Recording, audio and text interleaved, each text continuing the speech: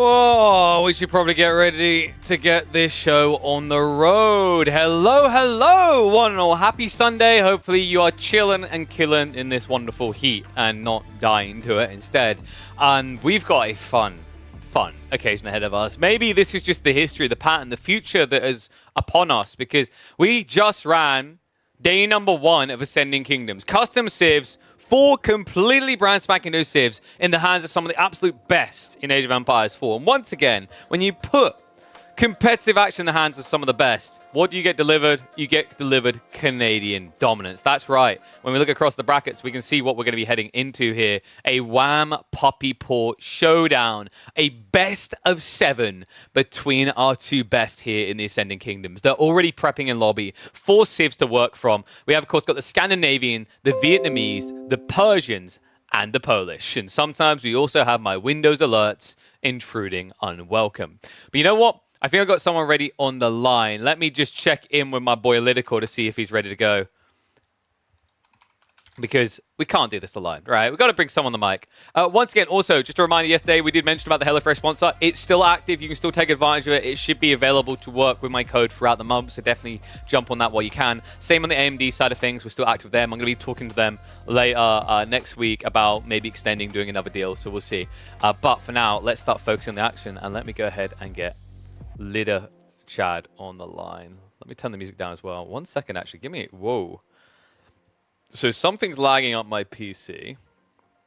Just bear with me a sec. I want to be careful about this and shut a bunch of things in the background just to be safe.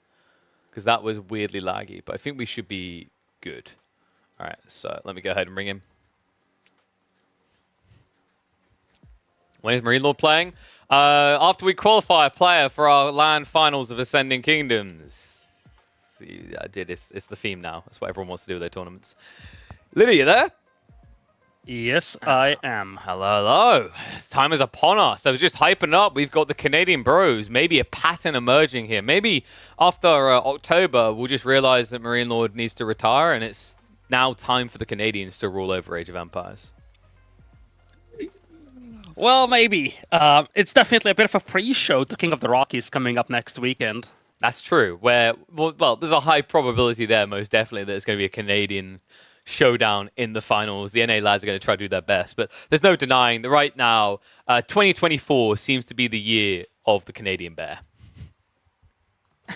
And we have an in-house LAN finals over here, by the way. This is not the first time that we have that this year. Puppy Paw versus Wham. Now, this is as close as we get to a LAN in many cases in AoE 4.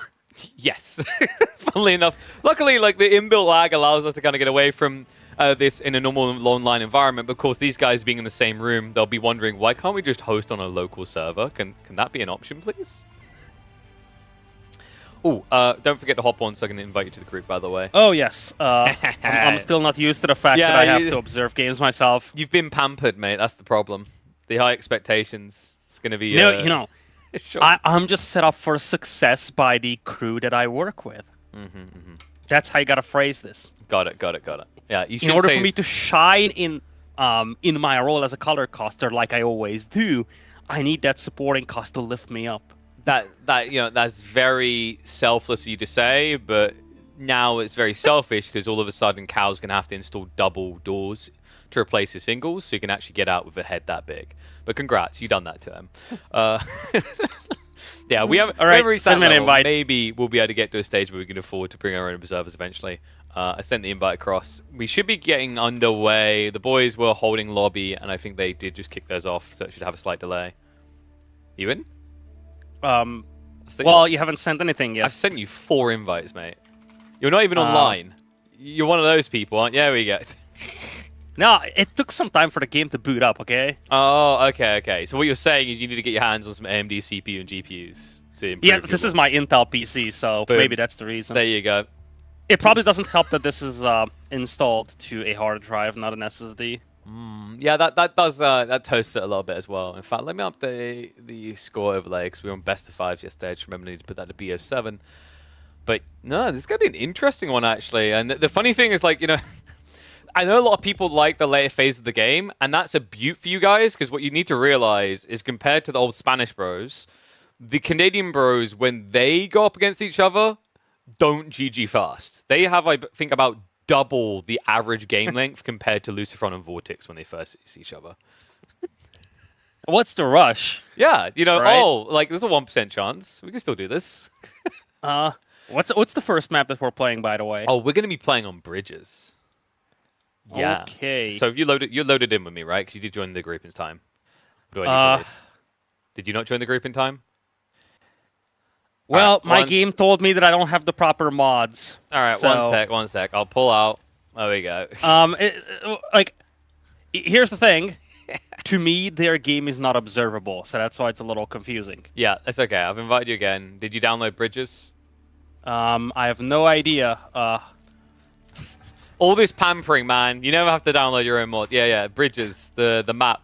We've even used it in EGC tournaments. This shows you just how much. I think the last time I installed mods were the time where they were introduced into the game. Okay. If you apparently there's a mod. Avali. Okay. Apparently there is a mod that says photo and hand cannoneer. Yep. Why not? Wait. I thought we would have had that from a cheat code. I don't know why we need an extra one on that. But yeah, if you type in Avali, you'll see Bridges. Do I need to type in Avali? Avali is the quickest way. Like, if you type, do you really want to type in Bridges instead? I want you to think about this for a few seconds. I tried. It didn't work. So type in Avali. Bridges. Subscribe. Fantastic. You should be subscribed to all of Avali's maps.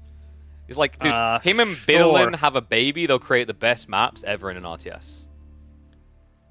Okay. Right. So what now? Am I in your party? So, yep, you're in my party. All right, let's observe now. We should be good to go. All right, apologies, folks. I think we're underway. We should actually be ready to load pretty much straight in. We're going to be opening up with the Polish versus the Scandinavians. I don't think we've seen this matchup so far. We didn't. Well, I mean, we saw a single Polish game, so what do you expect? But that one was on Frisian Marshes, and I don't think we've seen a lot from the Poles just yet. I'm curious how it's going to be played on Bridges. Well, let's get ready to find out as we load up for the first game of this Grand Finals here in Ascending Kingdoms. It seems to be a pattern right now. The Canadians in the finals, a BO7 to decide who is the best when you thrust 4 brand spanking new CIVs into their clutches. We've got the Rus, the Scandinavians over here with Wham, and on the other side, Puppy Paw has whipped out OOTD, which is actually the second Polish game me and Lidical have seen this tournament.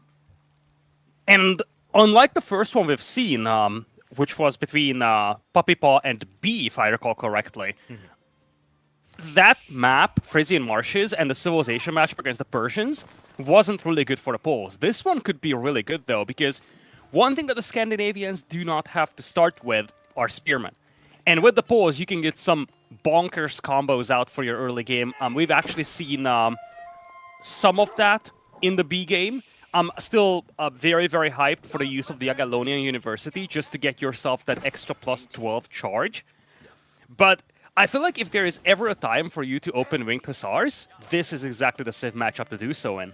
Yeah, and just to explain the Polish, we've only seen them once. We've seen the Scandinavians a few times, so people are getting attuned to that. Remember, the Polish are very unique in that they have 4 landmark choices, and every time you age up, you will choose one of the remaining. So by the time you're in Imp, you will have selected 3 of the 4 here. And they do amplify their effects depending on the age you get them in. For example, Town Hall will produce villagers slower if you get it in the feudal age. It'll be a normal TC if you get it in castle age, and then it'll be a double TC if you get it in imperial.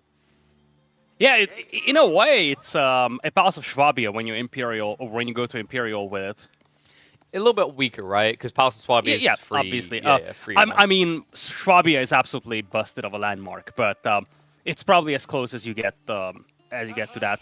But yeah, this is basically the AoE 3 mechanics integrated into an AoE 4 Civ, and I just want to highlight how heavy Puppy Paw is moving on to gold here. He's going to be 8 on gold, which is very, very unusual for any civilizations. I'm curious how he's going to use all that gold. What? Okay, this is fast castle, right? This is like a classic second TC on the gold strategy. Yeah, if you have that many villagers on gold, you gotta be going into Castle Age. Now, on the other side, you have the whole of the Odin opening, which is a little on the scarier side of things if you're trying to fast castle, because those Viking raiders will not care. They will just run past your defenses and start slaughtering vills. Yeah, and keep in mind, it's only a TC, right? So the RFI defense is not going to be that powerful. I'm not quite sure how many people you can garrison inside of a town hall. I hope for Puppy Paw's sake it's 10, but otherwise you have to remember with those Viking raiders, once you upgrade them to the feudal version, they're a unit that moves quicker than most infantry while having free ranged armor in the feudal age, which is kind of absurd for a unit that you can double produce for the low cost of 168 resources. Now, I don't think this is listed anywhere, but just clicking at the starting TC here from Puppy Paw, I just realized that this might be a shadow bonus for the Paws. He can garrison 18 villagers inside that starting TC and what? 8 more in there. Yeah, well, my UI at least says 18. Yeah, mine does too. I don't know why. If that is indeed true, and that's not a UI glitch, which, I mean, it could be with mods. Oh, it's but a if that's unique true, bonus. Yeah, so yeah. Got clarification from the Met. It's a unique bonus. All garrison spaces are +3.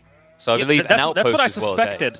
Wow. Because we've seen that in the B game as well, that you have a lot more garrison space, and that actually makes fast castles a lot more legitimate. Because suddenly, I mean, up to 26 villagers, Puppy Paw can garrison every single villager he has. Yeah. It's a little bit weird because I feel like the town hall should probably have more. I think that was meant to be 11 because we've seen in the B game he done a second TC and it ended up being 11 for that one. But it's an intriguing detail. We'll see how effective it's going to be. Wham is just full on sending it. I don't think anyone expected anything else here. He got a lot of gold to work with in the other game as well because Puppy Paw didn't contest the bounty system that the Scandinavians still have.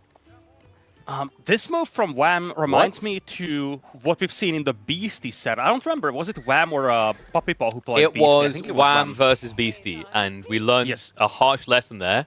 The Vikings do not mess around.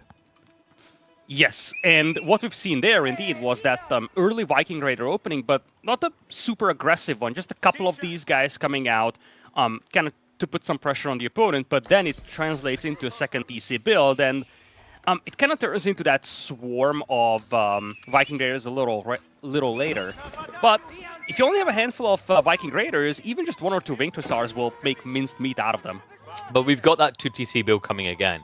And we saw how this affected the matchup between Wham and Beastie, right? Where Beastie did get to dictate pace on the field. He got to roam. He got to rotate constantly, doing whatever he wanted. But over time, the storm was weathered, the Viking count went up. So we need to see someone different from Puppy Paw, because something we did discover that's kind of absurd is actually Viking Raiders aren't that bad at dealing with heavy cav. And let's not forget, especially as we have this Winged Hussar coming up here. It was some beautiful body blocks from Wham, by the way. He used his scout to absorb the charge from the Winged Hussar, and it's part of the reason why this Winged Hussar is so badly beaten up. Now, he's going to get away here in all certainty, but it's not good that your Winged Hussar is essentially reduced to 0 HP at this point, because you really want to use this guy to raid that stone mine, which is exactly what Puppy Paw is looking for here. Yeah, he can basically get a charge out and then more or less die here. Second Winged Hussar is now coming in. But Wham, you see he has got plenty of stone in his backpack there, so we'll be able to afford the second TC. Now, this is where it gets a bit tricky. It's probably going to be condensed. I think, ideally, Wham would have liked the TC drop behind his base on the deer and the berries, but now with the Hussars here, that doesn't seem viable. Yeah, and the lack of food could be an issue for him if these Winged Hussars keep running around his base, because he decided to go with the whole of Odin, not the Burka village, so it doesn't have that depot of shorefish to work with. Wait. Now, at the same time, I love how Puppy Paw is walling his base. He knows that slowly but surely those Viking Raiders are being built up here. This is vile, by the way. This is non-stop production from Wham. Yeah, look what Wham's doing. I can't believe that. Dude, that sneak out was insane. He bypasses. He's going to go up north. He can wall himself in easily in this corner around the deer. He's going to get the food he needs. And you know why this is so smart? Because there is the bounty system in play for the Scandinavians as well. Normally, when you have this setup, the moment you kill a deer, your opponent will know. But here, the deer have already been killed. So just by looking at the map, Puppy Paw will not realize that there's a sneak out here. Now, if he sees the walls, he will, but this might actually delay when Puppy Paw gets to know about this. There we go. He sees it. He now knows. However, the time it's going to take you to rotate round is too little, too late. At the same time, Wham also sent the Vikings in. They're raiding over to Puppy Paw's pocket expansion. And this is so huge. There's a 7 eco lead right now for Puppy Paw, but with that charge come in... That's it. He's that just is lost monstrous. the eco lead. He's only got 2 villagers left. Only 1 gets inside. That's monstrous. That's what you get for that charge. And yeah, I was about to say that, remember the Lubin Town Hall is just half a town center. It's not a full TC. But it doesn't even matter when you lose all those villas out there. So now, Wham is going to be able to skyrocket his eco compared to his opponent. Yep, and now there's a burn for a 10. Now keep in mind that these are normal Palisables. They're not the Roost ones, so they don't have the double health. But still, it's kind of a moot detail, right? Like, it kind of feels like Puppy Paw's splitting his attention a bit. We've got Viking numbers scaling up. In the meantime, there's been a back wall now coming from Wham, which will allow him to split the map between the deer on his TC and the deer at the back of his base. And we know what Wham loves to do with that much food. There's only one thing a true Viking admirer would do with all that food. Go to Castle, you say? Oh, God. No. Scandinavian, not Ruse, Scandinavian admirer. Get musketeers from Castle Age. True, I'm game for that. Yeah. Puppy Paw does have a respectable amount of Wing Hussars, though, and this is something that Wham needs to be careful about. Now, you don't have the plus 12 charge on these Wing Hussars, so they're not as busted as they could be. But in terms of the army quality, it's substantially better right now for Puppy. Dive comes in. Free range down means you can last a long time here. Wham, of course, never got the blacksmiths. The Vikings are going to get mopped up. So a good dive here from Puppy Paw. In the meantime, he has moved out again onto that D expansion. Before you ask, why the hell is Puppy Paw such a noob? He doesn't build a mill. You don't need them. Remember, the Polish benefit a lot from roaming around the map with their eco because they don't need drop-off points. Yeah, he actually is building a farm back at home because that's where he's getting his eco upgrades from. Yeah, he hasn't gone for many so far. This raid, by the way, is starting to fall apart a little bit. He done some decent damage, but at the end of the day, with the second wave of raiders showing up, say that, wall goes up just in time there. Wait, Wham, no. It was almost a good idea. Charge through, though. I just don't think this is the fight he wants. Wham. This is the worst thing that could happen here against the superior number of winged hussars. Just trickling in these Vikings is the quickest way to lose a game. Yeah, I wonder if there were some food shortages here for Wham. Because it really felt like, you look at his villager count, he's down by 7, despite the fact that he's got a full TC's worth of production, whereas Puppy Paw doesn't. So I'm actually wondering if he had some food shortages because of these raids.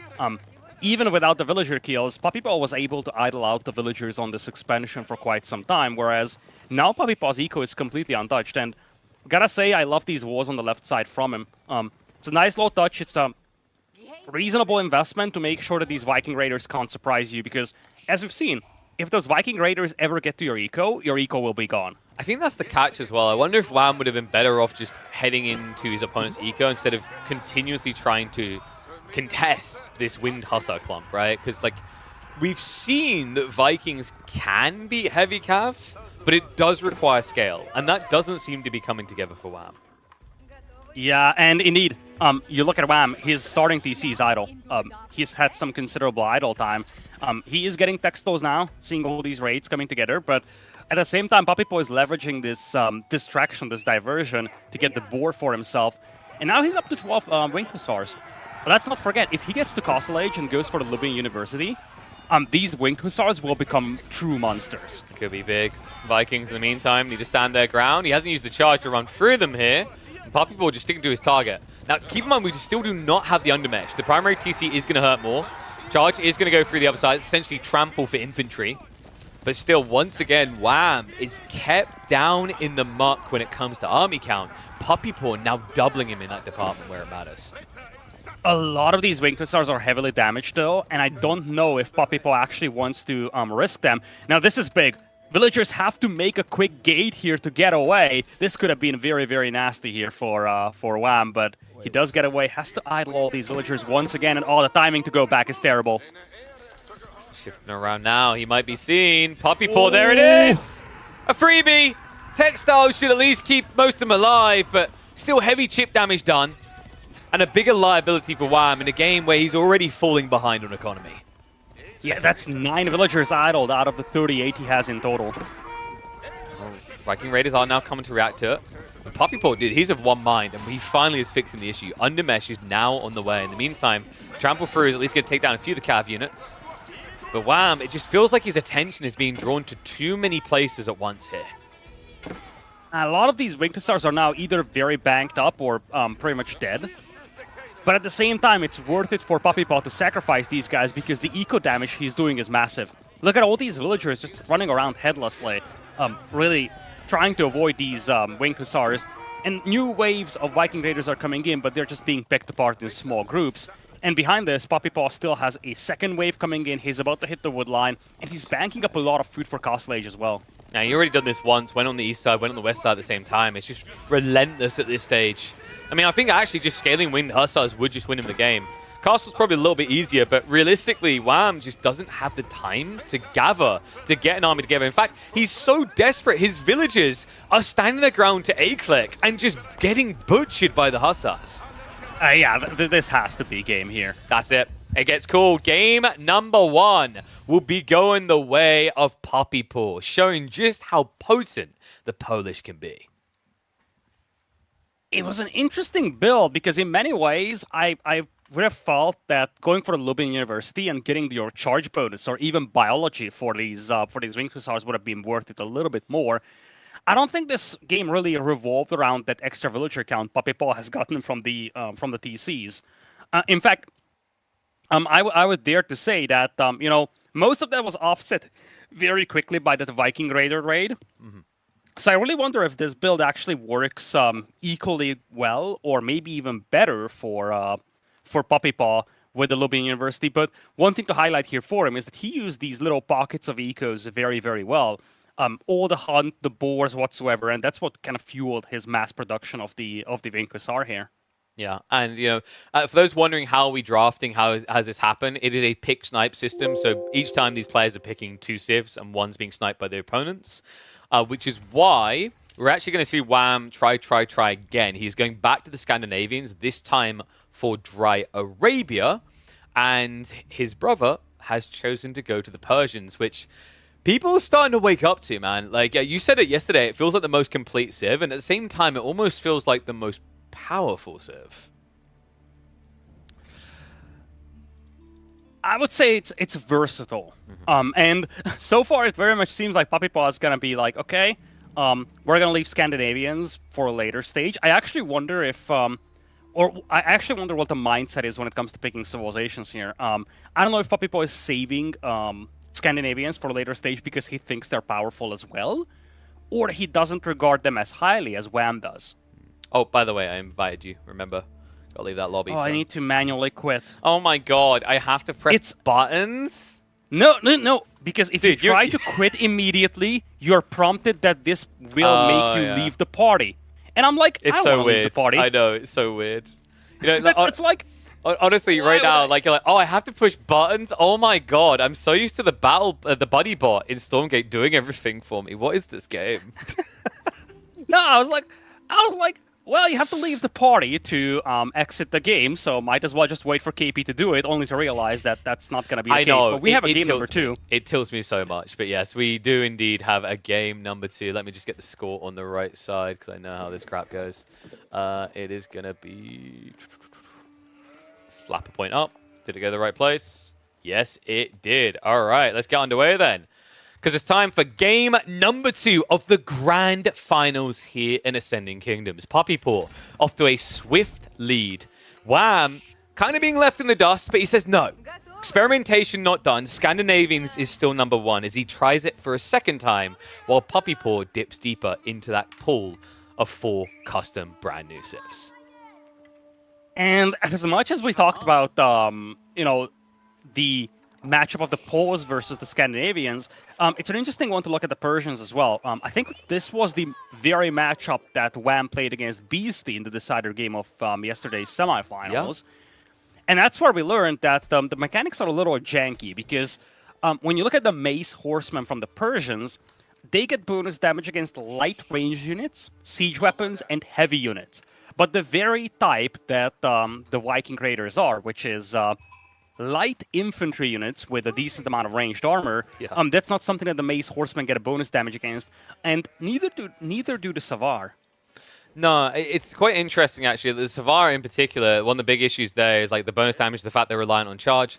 I think maybe the mistake made in that game by Beastie is like it looked like he was getting good raid hits, but he needed a way of taking direct fight. I actually think the way that Persians can beat the Scandinavians in Feudal Age is by going for I'm trying to remember it now because I haven't said enough. The Gundashapur and getting the military wings so that you can basically build men at arms in the Feudal Age.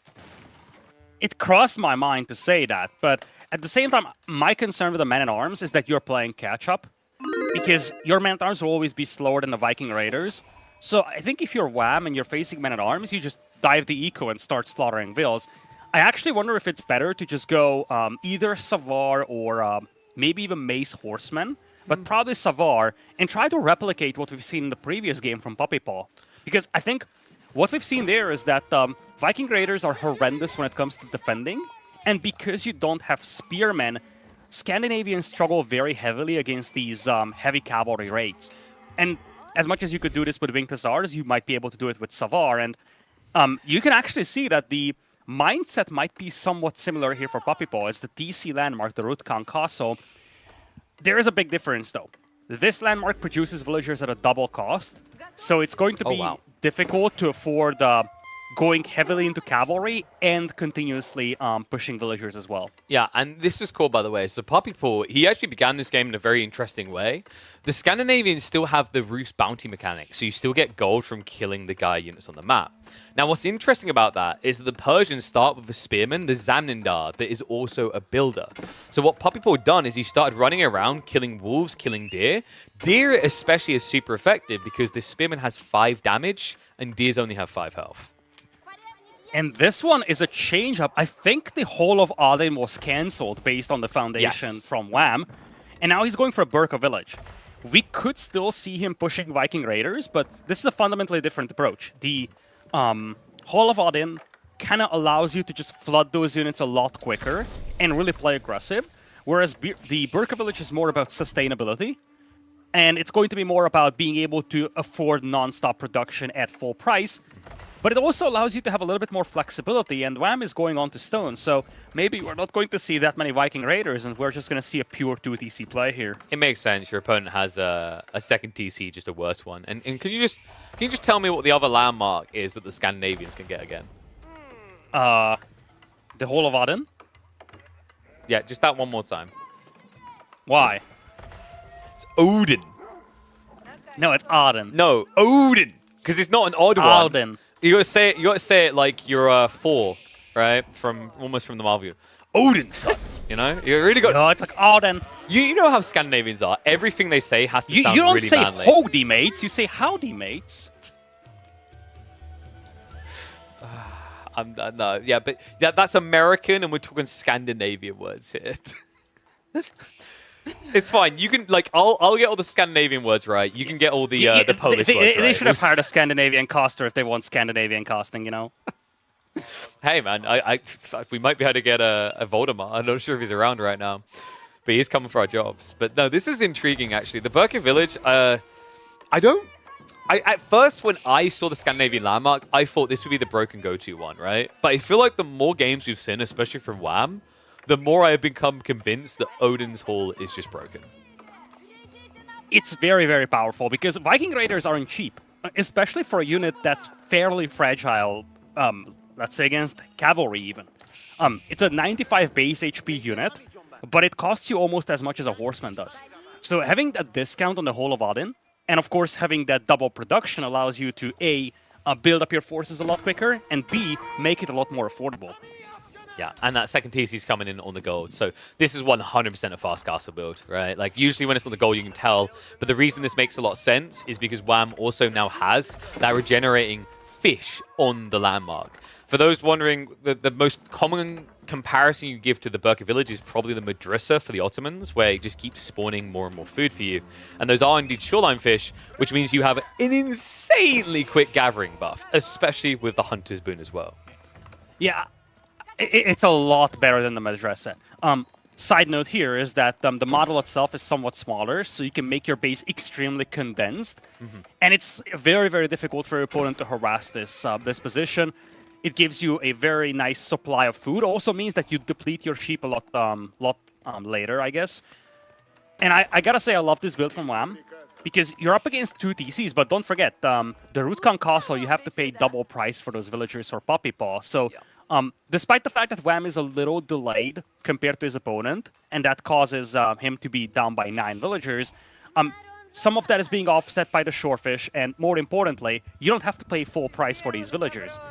So, yeah, I gotta say, I love this build here from Wham. I think it's a good response to what Puppy is doing. Especially because Puppy is going for an extremely resource-heavy build. Yeah. The horse archers are very expensive, 100 food apiece. Compare that, or combine that with the fact that he needs to spend 450 per minute just to mass-produce villagers. That's tough to afford for an extended period. It's also a tough one now because this strategy only really works if your opponent is present on the map in some way. I'm wondering if Puppy Paw got a little bit baited and thought this was still going to be Raiders, because then you can just kite them out with the horse archers, right? Like, the Raiders only have 3 armor, they can't reach you, you have 12 base damage. It's definitely a good way of dealing with it. In fact, I'm pretty certain that's what Puppy Paw was thinking originally, because he even began at one point to start queuing up the Kamandar archers, which are a little bit like longbowmen, before deciding to cancel them. But now, it looks like we've just got a Warlock coming in, and I think we've got a race on our hands to see who can hit Castle first. Yeah, I really feel like Puppy just wanted to have some level of map control with these horse archers, but I feel like the affordability is better over here for Wham. He's spending less food in general in terms of villager production, and in many ways, these horsemen are a lot more cost efficient. They're not as glass cannony as these horse archers are. These horse archers only are at 65 HP and 0 armor. One volley from a town center, or just one good charge from a couple of horsemen, and they're all gone. Yeah, and with that tech on the way, I think we're probably going to be looking, given the matchup, the way this is trending, it's probably going to be the Swedish choice coming in. We've seen from Wham yesterday just how powerful it can be to get a musketeer in the castle age that is basically, in every way but health, a hand cannoneer an entire age early. Exactly. I just don't envision going for the Danes, although you could make an argument for it, because if there is one thing that's really missing here, well, it's gonna be the Uppsala University. I think that's the safe choice. Yeah. The Danes could have had one upside here with the Huskarls, and that's the fact that the Persians struggle against armored units because they do not have that crossbow equivalent, and the Quetzalbash is pretty underwhelming when it comes to dealing with armored units. So you could have made an argument for going for a heavily armored set of units with the Danes. I think maybe the only issue there is, like, your opponent can keep scaling horse archers, right? And then just kite kill you. I was thinking about the same. Yeah, it's like... and it's probably better to just go knights, right? Yeah, I think so. And the Uppsala University, I think, just trending Sweden just feels better. I keep warning Lamette about this. There's not many reasons to go Denmark. The only one being is, like, the pikes in Imperial Age. So maybe if you're against a civ that you know is only wanting to spam Cav in hyper late game, it makes sense. But every other avenue, in my mind, still leads back to the Swedish choice, especially when you consider the landmark itself, right? One's a keep, the other is a cheap way of getting all your attacks. And here's the thing, even if you're facing a civilization that spams cavalry, you can do horseman and musketeer, and that's gonna be a nasty combo, right? That was the most important takeaway I had from my testing of this civilization. I first tried Sweden, and I was like, oh yeah, this is a pretty cool roster of units. Let's see what the Danes can do. And I was a little shocked just seeing that they barely have anything unique going to them. And indeed, my immediate thought was like, why would I go Danes when I can go Swedes? Yeah, like, musketeers is one thing, but then there's also the mounted musketeers later on, right? That's where it really takes the cake. I'm like, okay, I don't know what... Like, I feel like I'm screwing myself. The only upside I could probably say around pikes is if you don't have good gold access, then Denmark makes sense, right? Because musketeer comps are going to be very gold heavy. Yeah, like, make no mistake, pikes are ludicrous. Even without full upgrades, they have like plus 40-something bonus damage against cavalry. So... if you face a lot of cavalry, pikes can be an option, but they're also restricted to Imperial, and by the time you get to Imperial, population is also a resource. Now, we have this on the way, by the way. I think this is the first time we got to see that the Wooden Stave Church is a little bit different than your standard monasteries. And it's weird. This was one of the mechanics that was a little janky, because Your warrior monks here, the Hofgothi, they actually need a tech which costs you 250 gold that allows you to pick up relics. So by default, these guys cannot pick up relics. And it gets weirder as well. They can spawn wolves. I would not recommend that because they are the that's the jankiest mechanic ever. Yep. Have you actually tried that? I haven't, but I didn't need to because I remember talking to Hostin about it. It's like I just can't get them to not want to kill me. It's like you can't claim ownership over a wolf, I think was the issue. So they just attack you. You can, but the whole controls are a little janky. So like at one time I clicked the button 5 times, nothing happened, and then a minute later I had a dozen wolves spawn which surrounded my my monk and I couldn't move. They don't attack the monk, but they attack everything else, but you don't get bounty for them. So I was like, yeah, I'm not gonna press that button again. Yeah, reminder folks, these are custom-made civs. There are limitations, admittedly. I remember, even when I saw the concept document made by Lemaire, I was like, this is probably not going to work how you're envisioning. But yeah, anyway, now going for them. And there's already a race on because Puppy Paw is also moving out onto the map with his own Akuns to pick up these relics. And here's the thing with the Hofgothi. The fact that you need to spend 250 gold on picking up relics makes it an even bigger investment. You don't just make the monastery, you don't just make these expensive warrior monks, you also need to spend a bunch of gold on picking up relics. So your return of investment is quite delayed compared to other civs picking up relics. Now, I think a big part of why they're meant to be valuable is, if you think about it, like, they are cheaper than your standard warrior monks, but they have similar stats and movement speed. On top of that, they do have an ability for combat called Force Fury that gives free melee armor for 15 seconds nearby. That would be pretty handy in this fight right now. This fight that Wham realistically shouldn't be able to win, but he's doing a good job of peeling the backline and running away before the Savars that could beat him can mash into him.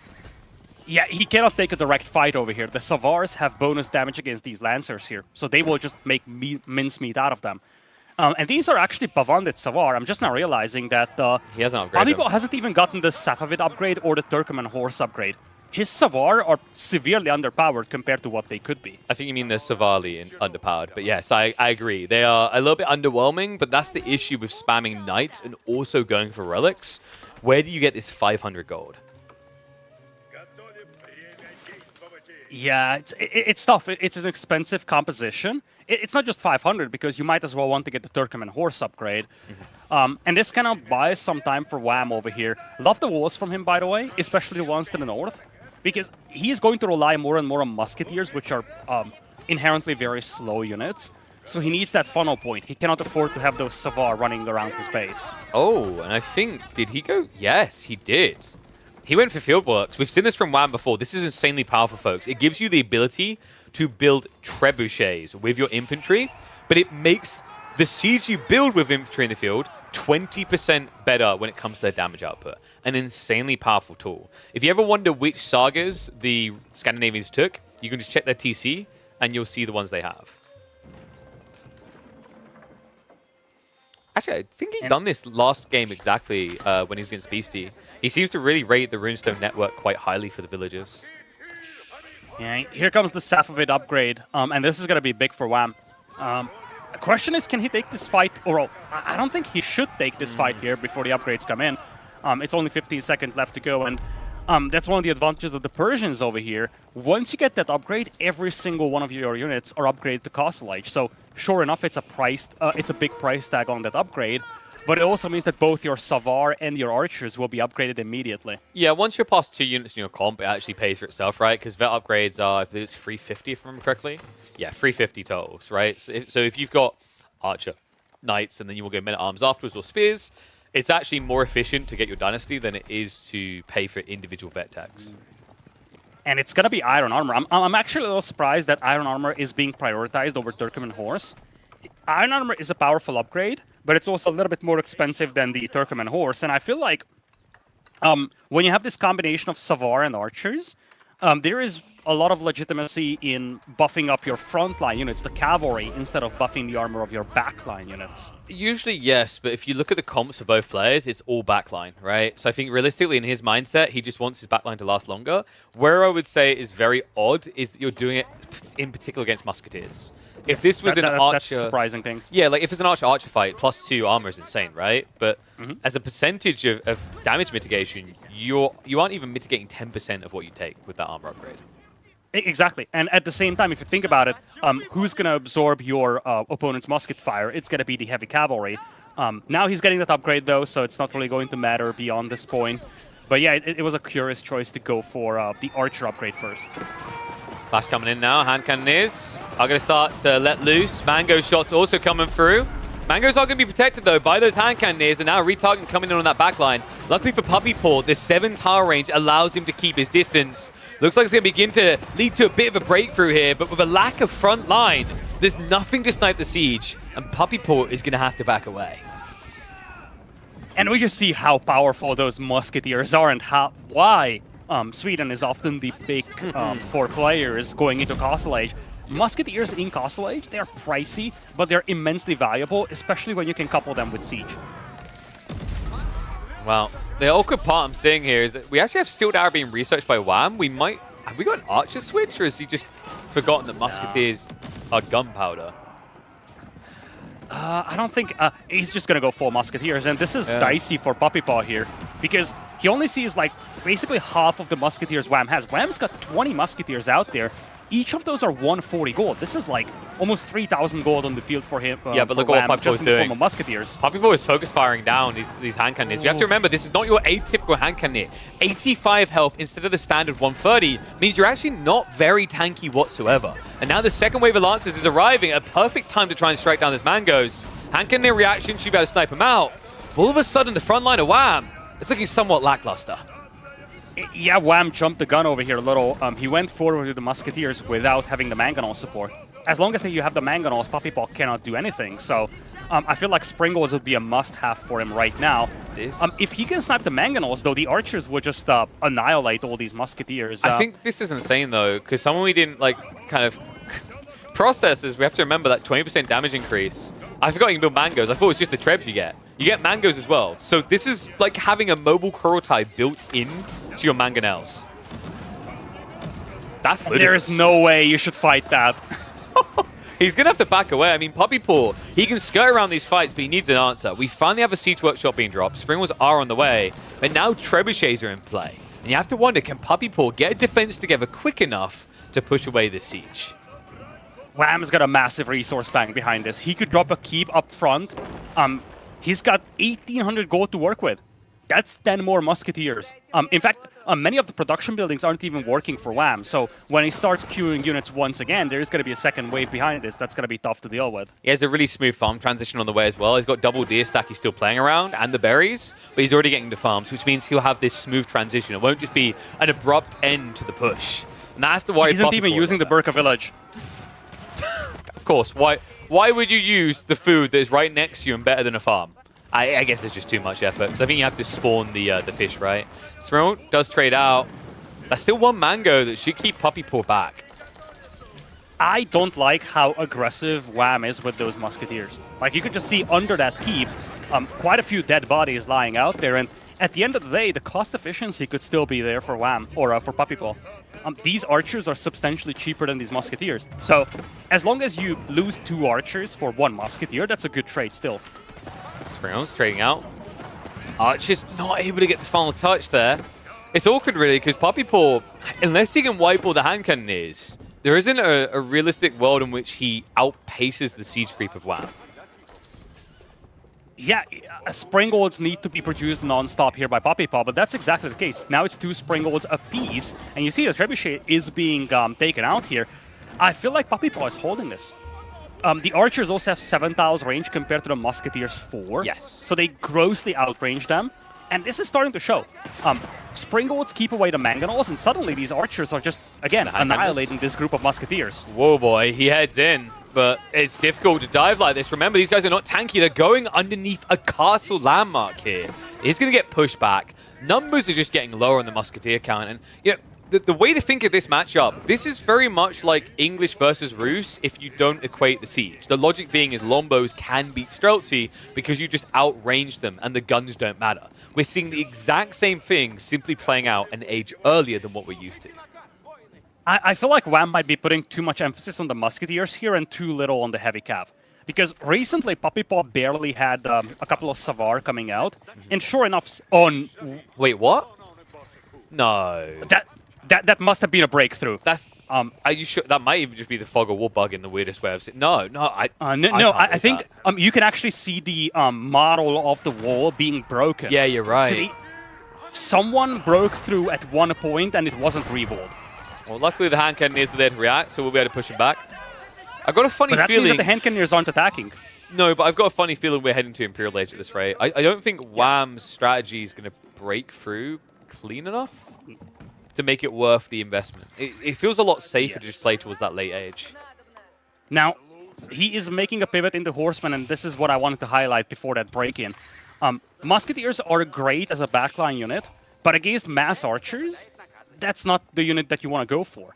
And if your opponent only has 6 Savar to work with, heavy Horsemen or going just heavily into Knights could work exceptionally well. Now, this will be scouted by Puppy, and look at the immediate reaction. He saw the cavalry, and a second later, he queued 6 more Savar. Yeah.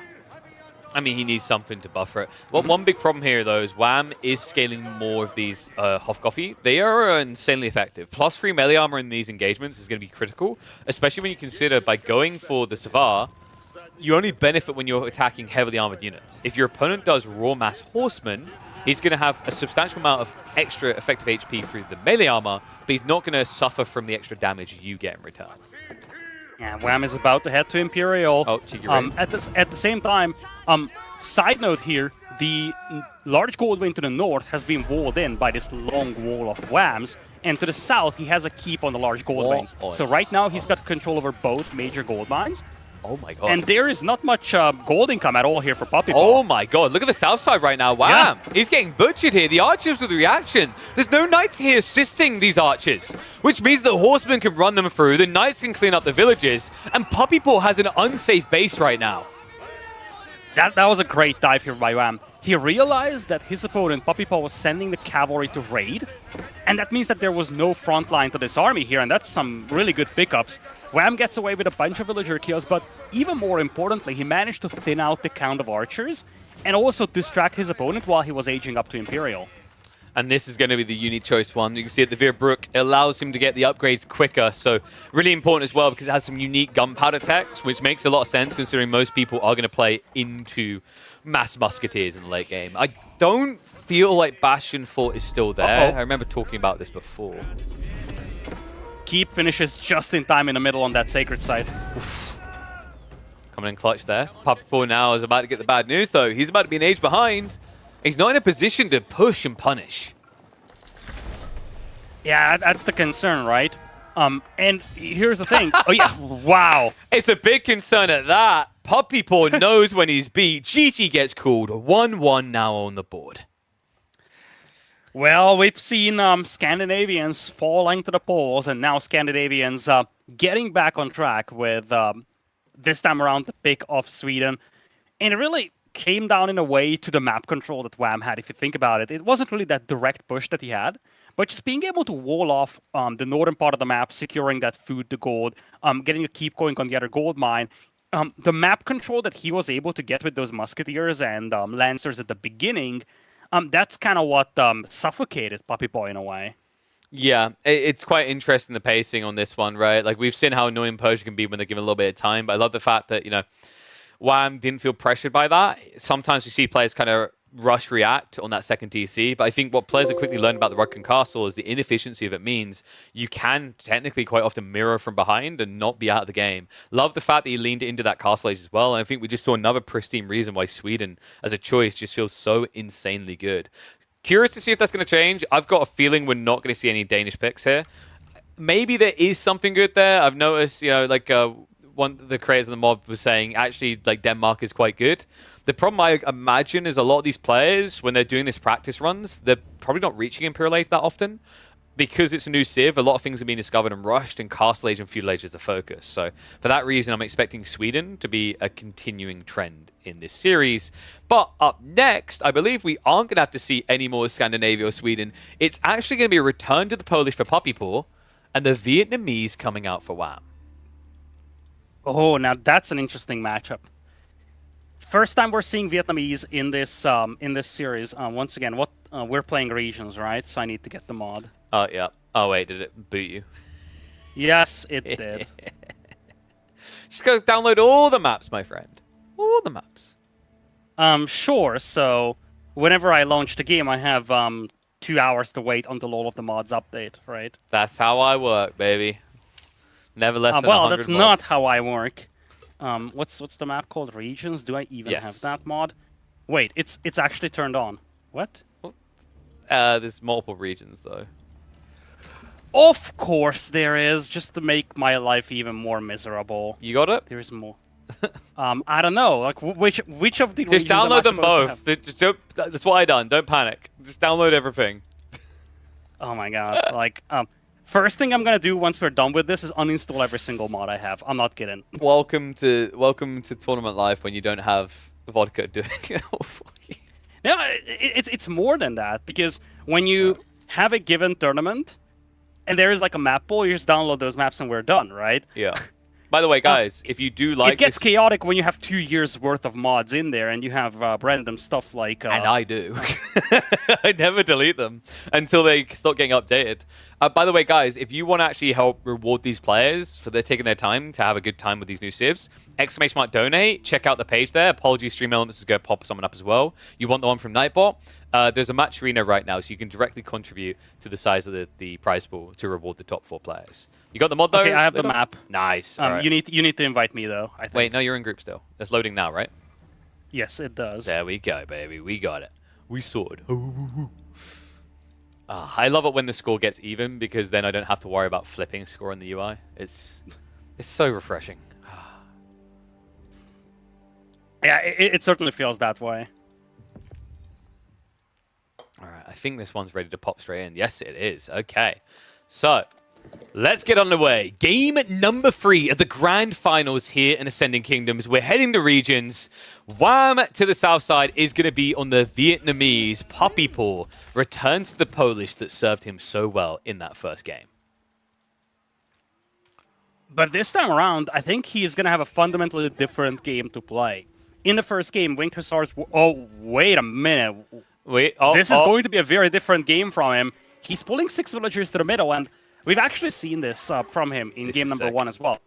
The fact that you don't need a drop-off point means that you can just take all that hunt in the front. And on a map like Regions, where your primary hunt is very much exposed to the front and you don't have a secondary one, this is actually a huge benefit. Also, keep in mind now the scout can just continuously rotate. He doesn't have to come back home. He doesn't have to move on a sheep. It's kind of funny. Like, we were seeing similar, actually, out of the Civ that this one's mimicking, right? Like, it says Order of the Dragon, but these is actually the Polish. But Order of the Dragon would do this a lot more recently as well, where they'd play out very early with a mill and then just build an outpost on a delay. Yeah, now, I'm actually curious how Wham is going to approach this, because Wham, with the Worker Elephant, he could also consider doing the exact same and moving out for the deer, but he decided not to do so. However, this also means that while Puppy Paw idled his villagers as he was walking out, here that wasn't the case for Wham, and you see, Wham's food bank is looking a lot better, so he's going to have a bit of a head start with the age-up. Yeah, and I love the fact he went for this early rice terrace. We saw yesterday just how insanely impactful it's going to be. I'm expecting this to actually be the one-pillar pagoda. Foeman Tower, in theory, is good if you want to go for an all-in rush timing, but we've just seen how good the pagoda is for any game that's going to go longer than 10 or 15 minutes. Indeed. It's a huge, huge landmark, and I think that's one of the differences between this matchup and game number 1 that we've seen with the Poles. In game number 1, you had an aggressive opening by Wham with the Hall of Odin. Now, in that case, Winged Hussars worked really well because they could just snipe small groups, and then you had the second layer of the eco up for Puppy Paw. But here, if you just go for that second DC, the Lubin Town Hall, that's something that Wham can match very, very nicely. Likely with the Pagoda, getting a bunch of key eco upgrades, and then rushing Castle Age for the Resistance headquarters. Yeah, and on top of that, another way to actually boost your elephant count if you happen to need a second one, for example, maybe out on the wood, or if you want to move out into the D yourself. So curious to see if this is going to be any sort of aggro, or if both of them are maybe going to play a bit more of a greedy approach, because as you mentioned, the Polish could go for that town center, and I feel like whenever you're doing that, when you know there's a fast castle coming from the other side, you're probably leaning towards the idea of trying to go back for like some maybe like a delayed university to play into the Hussars up in Castle Age. Lubin Town Hall is going to be the landmark of choice here for Papipo, and he doesn't seem very concerned about aggression over here, you feel, because that landmark is going to be all the way up front. Makes some sense if you think about how the Vietnamese like to play this, though, because at the end of the day, Vietnamese is more of a defensive civilization in early mid-game. So that just tells you what Papipo is thinking about this matchup.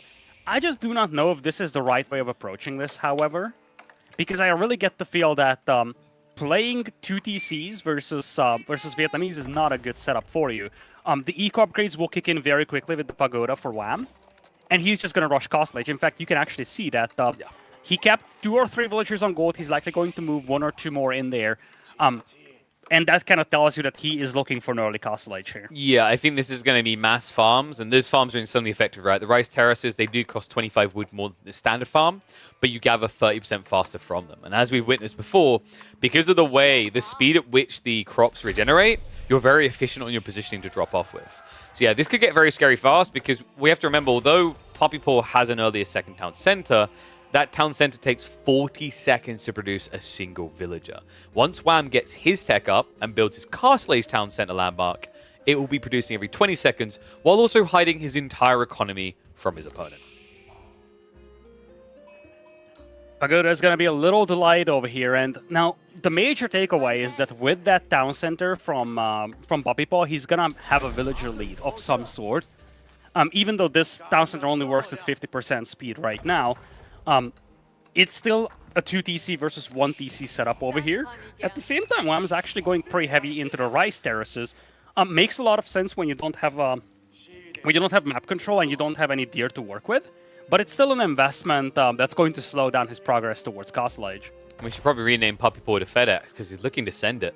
He drops the stables on the 4 TC, and he's already queuing up the Winged Hussars, so no intent to play deep into the Castle Age. He wants to try and get Wham stuck in the mud, and Wham seems to be aware of that, considering this early outpost and the stone gathering already to get the arrow slits. Oh wait, no, he can't. Wait, what's the stone for then? For Wham? That's interesting, yeah. Yeah. Wait, where is he getting stone from? Because at the back, he's got the elephant, but who's masked by, masking the one villager. But, like, it threw me off, because remember, folks, Vietnamese, they cannot build emplacements on their outposts. They can garrison them, and they do poison damage, but there's no stone emplacements you can get there. Yeah, I'm actually wondering that, too. It's only 1 villager, though.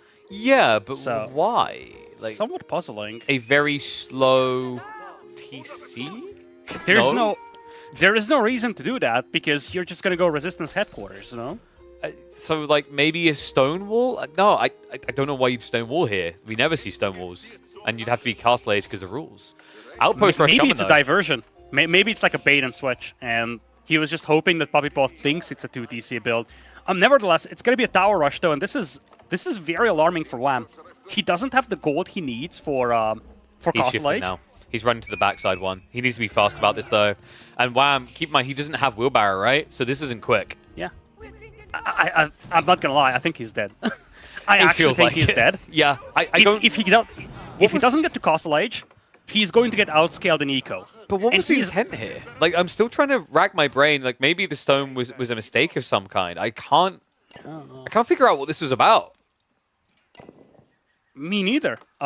I'm totally puzzled. I'm also puzzled as to why Poppypaw is not checking their gold mine. I'm also puzzled as to why Wham lost track of the elephants. Man, this is going rough for him. He sent the elephant over the tree line by mistake. The gold workers were gathering, but that's nowhere near enough to get a tech up, and they just got spotted. The Winged Hussar. That's gonna be game.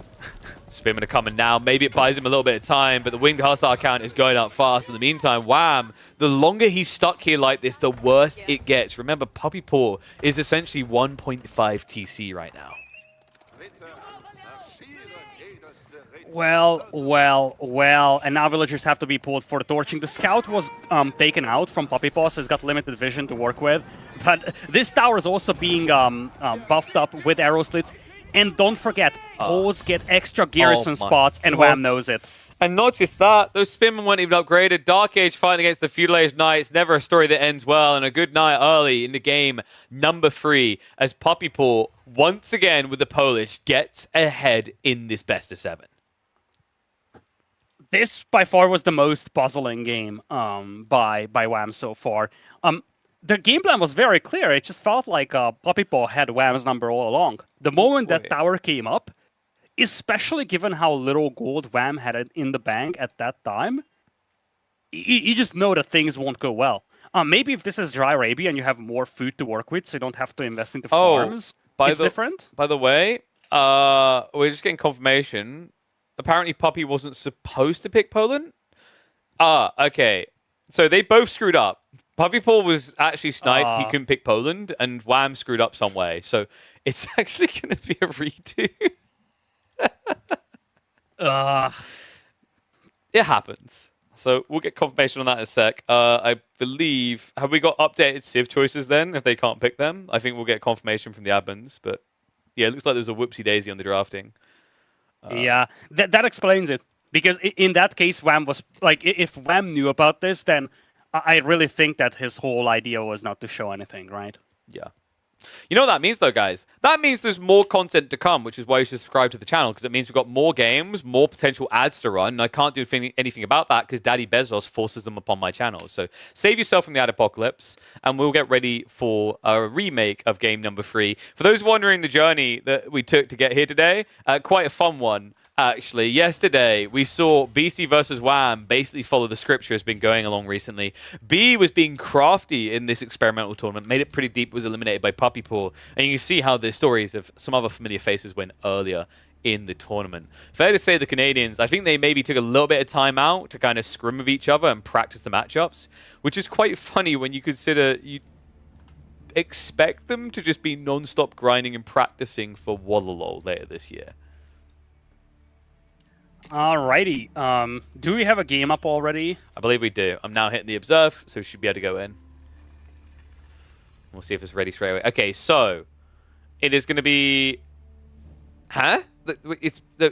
I'm confused. Okay, something else must have been wrong, because it is Scandinavian and Vietnamese again. Puppy Paw hasn't played Scandinavians yet. Okay. Oh yeah, you're right. Sorry, yeah, he had the Polish last time. Yeah. So that's what happened. Is there was a mistake made. The snipe was on Polish. Yeah, and he should have picked Scandinavians, but neither of them noticed at the start. So apologies, folks. We are getting ready for this remake. Basically, imagine what you're seeing on that screen, but instead, Puppy Paw is going to have a Scandinavian flag. So ironically enough, finally, when Wham doesn't pick Scandinavia, his brother does. All right, looks like we still have a minute to go. So, if you don't mind, I'll pick up a drink while we're waiting, and you can do your fancy sponsor stuff in the meantime. That's true. I can remind people that we have got some sponsorship going on at the moment. Exclamation mark AMD to check out that awesome offer, as we have actually partnered with AMD and Scan to get you guys a pretty good deal. You can get your hands on 4 games for free when you buy some AMD products. Whether it's a GPU, will get you the 4 games. If you buy anything else, like a CPU, for example, which can usually be cheaper, you get 2 games in return. I highly recommend the 7800X3D. It is basically the best CPU for gaming that exists on the market right now. I'm hoping to talk to them about actually sending me one of those so we can actually start building a new system. I'm talking to a few sponsors right now. If anyone does happen to know some people at these different brands, these different PC component manufacturers, definitely hit me up in the DMs and connect me. I'm looking for sponsors to do a build a new PC setup that I want to use some. I think I would definitely want to go with the AMD again and mix in some shiny new baubles. But outside that, also, we still have the HelloFresh thing going on. There's a panel down below that you can click on and you get 10 free meals on me. But you know what? Something that rhymes with me, free. It is time for game number 3. Let's get ready, as we have got Wham versus Puppy Paw. A little bit of an awkward remake, which is why we're back on regions again. Turns out Puppy Paw was banned from picking the Polish and accidentally picked them. We now do the remake. Wham was correct in being on the Vietnamese, but Puppy Paw now takes to the Scandinavians. Whew. And this is going to be a fun one, actually, guys. Scandinavians, I think they are quite favored here. I'm curious to see how Vietnam's going to navigate this, how Wham has fear-crafted his way out, because Vietnam's a very defensive civ, and we've seen Scandinavia is an absurdly effective aggro civ when you go in for that Odin Hall and that all-in Viking Raider rush. Another kind of cool thing is just once again seeing these early rice terraces. They're insanely efficient. I wasn't entirely convinced whether they'd be worth it if the extra 25 wood. It's very expensive in the early game. But if you think about it, it allows you to keep your sheep rotation going for longer before coming home. And the gathering rate plus the regen rate on the farms makes them incredibly competitive with default farms. Well, so here we go. I'm actually curious how Wham is going to play this now. We've seen a sort of a build from him in a previous game, but it kind of fell apart. And I don't know if that was because it was ended up being a remake, or whether he just messed something up really badly. But in a previous try on this map, his 1 TC fast castle pagoda build simply didn't work out. We don't talk about it. You know what you do? You know, this is the genius. Wham! Gets in that game. He's like, oh, Puppy Paws picked the wrong civ. Oh, it's fine. We can try this one out. If not, I got a bad spawn. We can get a remake and I get a better one. I mean, in fairness, it wasn't Wham's fault. Puppy Paw mistakenly picked the wrong civ, but this redo actually favors Wham better. Look at the resource spawn. Words today. He's got the gold, the berries, both on the backside of his base, which makes it much harder for an all-in early attack timing, even for a civ like Scandinavia. Yeah, that's very, very true. But still, the concern here is that if Wham tries the exact same build, that is this semi-fast castle build, especially if he is still building a lot of farms, which delays the whole operation, things could get very dicey very quickly. Because, as we've seen, even just a handful of those Viking Raiders can wipe out villagers in an instant. Yeah, they are absurdly effective, folks. And keep in mind, you double produce them out of this Hall of Odin. You get 2 of them for 164 resources. And they do, I believe, when you upgrade them to feudal, I believe it's 15 damage per strike against workers. Ludicrous. And yeah, it is. And the key thing to understand is that even if your initial Viking Raiders don't kill villagers, if they just push them away from that gold vein, that already slows down your opponent. And then there's going to be a second wave, a third wave of Viking Raiders coming in. So here the whole point is that you don't even need to kill a lot of villagers at the beginning. You just need to make sure that you're constantly applying pressure and delaying that castlage from your opponent with your Viking Raiders.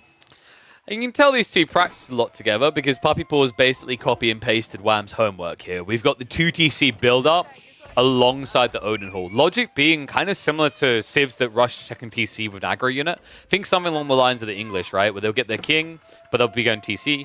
Obviously, you have to pay for units out of here, but the impact is hard felt. I wager it's actually, in some ways, feels better to have this as an option compared to the old English 2 TC build.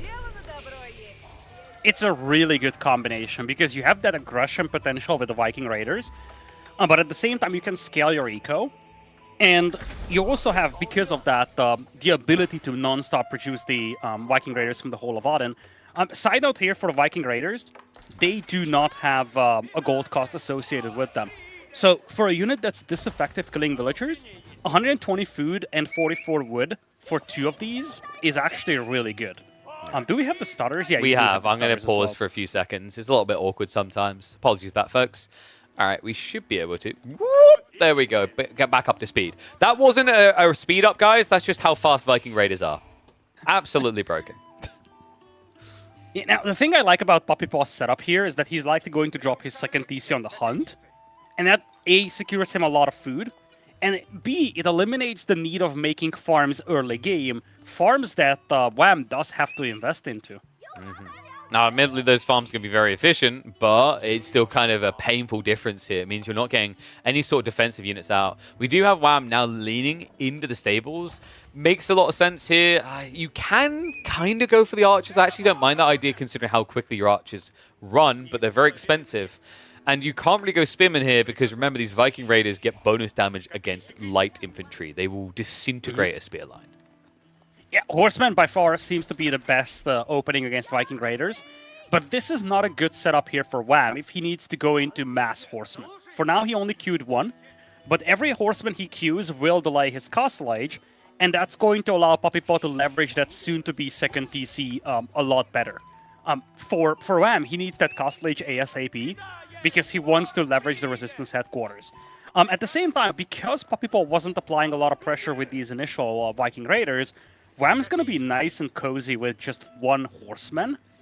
So I feel like Wham's setup here is a lot better than what it was in the previous try, and in general, I feel like his position is a lot better compared to Papipo's. Poppy is just now getting that second TC going, and you see Wham is pretty much halfway done when it comes to collecting resources for Castle. And he's going to have a safe gold, and he doesn't need to invest into more horsemen because he's not being aggressed. Let's keep in mind, though, this resistance headquarters, for those who don't know, it is the town center. It is the landmark choice you can make as the Vietnamese here. The big catch is that it also stealths your nearby workers. That element, I don't think, is going to be very useful here because the Scandinavians, like the Rus, open with free scouts, so they'll be able to see you everywhere. I think that's also another reason why maybe Wham didn't go for the for the archers that can stealth, because once again, you wouldn't be able to get close enough without being seen. Yeah, I really feel like the Pagoda just has a giga upside. The moment Wham clicks up, I expect him to start spamming out upgrades. Yeah. Double Broadaxe at 2550 is robbery, really. There's no other way of putting it. Like we've seen also Pro Scouts. I remember Corvinus was trying to make that work. Like if you look at the cost of Pro Scouts with this landmark, your eyes kind of begin to pop out your head. The fact that it also does it quicker, so 50 seconds and only about 170 resources is an absolute bargain. To be fair, I'm more impressed about decks like Double Broadaxe or even the food upgrade. Because Double Broadaxe is one of the most important upgrades. It's an upgrade that every single player gets in early game. And to get that for virtually no cost is just such a bargain. Yeah. And now you're going to have that second TC coming up, Resistance Headquarters. And this is why I felt like Papipo's position wasn't really admirable.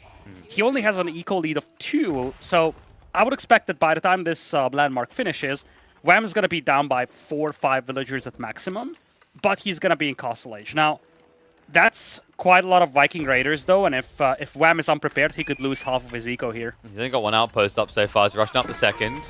Raiders going to start striking. Now, remember, these hideouts don't have much health on them, only 600. The Elephant begins the party. Now, the Elephant doesn't take bonus damage from the Raiders, so not the worst of ideas here. The villagers will die quickly. Dive comes in. It's triple outpost. Now, keep in mind also, those poison arrows mean that the Raiders are going to die quite quick here. But second wave now on the way. Look at that count. Puppy paw. 14 Raiders in total. 10 of them already here. The Resistance Headquarters is going to complete, but there might be a giant question mark on access to gold for Wham. I really wonder if Papipo was specifically waiting for his opponent to click up. Because the timing was just so perfect. And if you think about it, that's how you want to time this. You want to make sure that your opponent already committed to the age up, so he cannot invest into horsemen for the defense. And because of that, even though Wham is up to Castle Age, congratulations, but you don't have access to gold to afford premium units, and you started losing a bunch of villagers out here. Last tower is the only one that's standing, and things got very bad over here for Wham very quickly. Yeah, and he's going to lose complete control of gold. Now, you can switch into archers. There is a way to kind of claw your way back in, but I don't know if you're going to be quick enough here. The good news, actually, is if you do pivot into archers, you have got, what, enough? Yeah, he got the level 1 lumber camp. This is really important, by the way, because Vietnam has a unique element to their eco-techs. They get an extra 5% per wood gathering tech level. So this should be more than enough ample gathering rate for him to start spamming archers. The question mark now is whether he's going to have enough time. And this stable being focused down is bad for Wham. He's trying to get Lancers out, and if there's one unit that he can make to deal with the Viking Raiders, it's Lancers. But a single Lancer will not be enough, and Archers will not work either. These Viking Raiders, even in their current stage, they do have 4 ranged armor. The Archers will barely scratch them. There's a bigger issue here as well. Like, yes, he got that one Lancer out. It doesn't matter the stable goes down now because he hasn't got enough gold. But that doesn't have enough gold issue means a big problem for the Archer defense. He can't afford veterancy right now. Look at his gold income. He's got 28, and that's it. This might be game here. The timing was just so good here by Papipo. He's got 20 Viking Raiders in here. In fact, I don't like how he's diving under the town center against the poison arrows. But But still, he can afford it because things are just looking so good for him. He's now up by 10 eco, and he started piling up resources for Castle Age himself. You just see how bloody good the Blood Axes are in this situation. Once he techs up, we've seen what these Canadians like to do with this Civ. Remember, there is a Saga. Sagas are something you invest in, kind of like Vizier points in a way, but to do with teching up. And one that they've noticed is really good you can get your hands on is Fieldworks, which is basically siege engineering, but better. You can build mangoes, you can build spirals, you can even build trebuchets, and all of them will get 20% more damage. I love how the farms are also being focused down here by Puppy Paw. These are not ordinary farms, these are rice terraces. They are better, but they're also more expensive, 100 wood apiece. So torching down just 1 or 2 is pretty painful for Wham to deal with. And you can actually see that in his food income. He's got no food bank to work with. He can barely afford to produce villagers on both of those town centers. Yeah, it's getting a little bit awkward. I mean, the static defenses can do a lot for you, but they have their limitations, and I think we are quickly approaching that point. It's also awkward in this position because Wham, he did go for the blacksmiths. He has crept out into the gold, but he could get shut down again here. Oh no, he's making crossbows. He doesn't know. Wait, no. It's the jankiest mechanic in this mod, I feel. Yeah, because you got tripped up by it yesterday, right? Yes, I was. They look armored. They have 4 ranged armor, so everything implies that this is a heavy unit. And that's why you're making crossbows. You're trying to counter a heavy unit, but these are light units. So these crossbows are actually among the worst units you can make to deal with them. Well, think about it this way. This crossbow does the same damage as the Lamsong Gorilla archers they can build. And they're feudal. They're not even castled up. So if you just scaled archers, this makes a lot of sense. I did mention earlier, and I think they're a good unit, because these archers that the Vietnamese have less range for tiles, but they move at the speed of Yuumi. So you can, to a certain degree, kite these raiders. Yeah, the benefit of the crossbows is that their base attack is pretty reasonable at 12. So as much as they don't get the bonus damage against Viking raiders, at least they can penetrate that armor, unlike these archers can. Well, no, that's the point though, Lidda. If you click on the gorillas, they get +6 to light melee. So you're doing the same damage. Like, it is worse to build crossbows than archers here because you pay more. Yeah, you're right. You're 100% right here. It's so brutal, man. And you know what? That is a statement of how far ahead you are. Puppy Paw is building the landmark we expected no one to go for. The Vorendingborg Castle. He is officially Danish. Or was it Vordingborg? I said that so bad the first time. Yeah. And on the other side, you can just tell how bad Wham's position is. He actually went for a 3rd DC because he lost so many. Well, he didn't lose very many villagers. It's actually remarkable he only lost 8 vills in this entire game. He just can't produce. But he was idled out for so long that he needed a 3rd DC, but he doesn't have the food to operate them. All 3 of his DCs are idle. And that's, I think, what this TC is about, is kind of like just to extend into getting his hands on the deer. We have to see what the switch-up's going to be out of Puppy Paw. Some options come on the table now. We're seeing it. It's finally coming for the first time in this tournament. Huskars are getting produced. I want to see them. I haven't actually tested them at all. They are a heavy unit, right? So it's like Immediarm's equivalent in a way. If you could build them again. They're a little bit... So I haven't checked them yet, but I think the idea is they're meant to be a little bit like Varangians if they were constantly angry. And whoa. Oh, no. Oh my god. The range damage bonus? Yeah, I was looking at the same thing, like 5 ranged armor and bonus against archers. Now you really want those crossbows out because the Lamsong Guerrilla will just not cut it, to say the least. Nah, even the crossbows, and this is actually kind of wild. Think about the maths involved in this. Like a crossbow with its bonus damage does, what, 22 damage? Meanwhile, this guy is going to do 25 damage in return. And he has... And you have shield wall. You can do shield wall with them. And he has more health. Like, effective HP is through the roof. This is insane. And if you mix Huskars, or, if you mix Huskars with Viking Raiders, your opponent has to focus fire the Huskars with the crossbows. Otherwise, you're just going to get swarmed. And, yeah, this is what the Danes are all about. This infantry swarm that's just so difficult to deal with. So these Huskars, they were kind of trading evenly, even though they're underneath double TC with poison arrows. I think Puppy Paw is trickling a little here. He's got Military Academy on the way. I think the best thing you could try to do now is play towards relics. It is always a little bit awkward with Scandinavia, and yeah, it looks like that's what he's now going for. But the thing that makes them awkward is that Christianity detail, where you have to pay 250 gold to even pick up relics. But when you have so much map control, it returns the investment so quick, right? You're basically guaranteed 4 or 5 relics. And let's not forget, sure enough, he was trickling units, but that's because the only building that he was producing units on was the Hall of Odin. Nothing else. He just now built a bunch of stables to pivot into Horsemen. Which makes sense. He basically, the logic here is he just wants to bulk up these boys while they're cheaper, because remember, you do get that discount from the Hall of Odin, and then he'll pay full price for the other component that you can't get out of that particular building. I think we see Things similar... are just bad here for Wham. Well, the funny thing about this is, like, as I said, I think we see similar when we watch the English, right? Is like what's happening here to a certain degree is Puppy Paw is kind of struggling to get the killing blow because he keeps relentlessly diving. And we've seen the same thing happen time and time again when people face the English, where the easier way of winning is take map control, take sacred sites, take relics, then maybe age up again, then kill. When you just try to send it with a trickle of troops, you're giving a weird way for your opponent to recover. Yeah, now, on this map in particular, sacred sites are a legitimate win condition. They're in the corners. In fact, the Warding War castle pretty much shuts down the one on the left side. So you could make an argument that Poppy could just go to the right, wall it in, capture the sacred sites, and force his opponent out of his base. Sure enough, 10 minutes is a long time, but when Wham is down so much, down by 24 eco, he has basically no map control. Even just capturing those sacred sites to put your opponent on a timer is, I think, very valuable for Puppy Paw. Yeah, or at least bare minimum, I would say lock down the gold in the center. That's usually the thing that defines regions. And, you know, considering Wham is trying to scale mass crossbows, gold is definitely going to be a limitation for him. Yeah.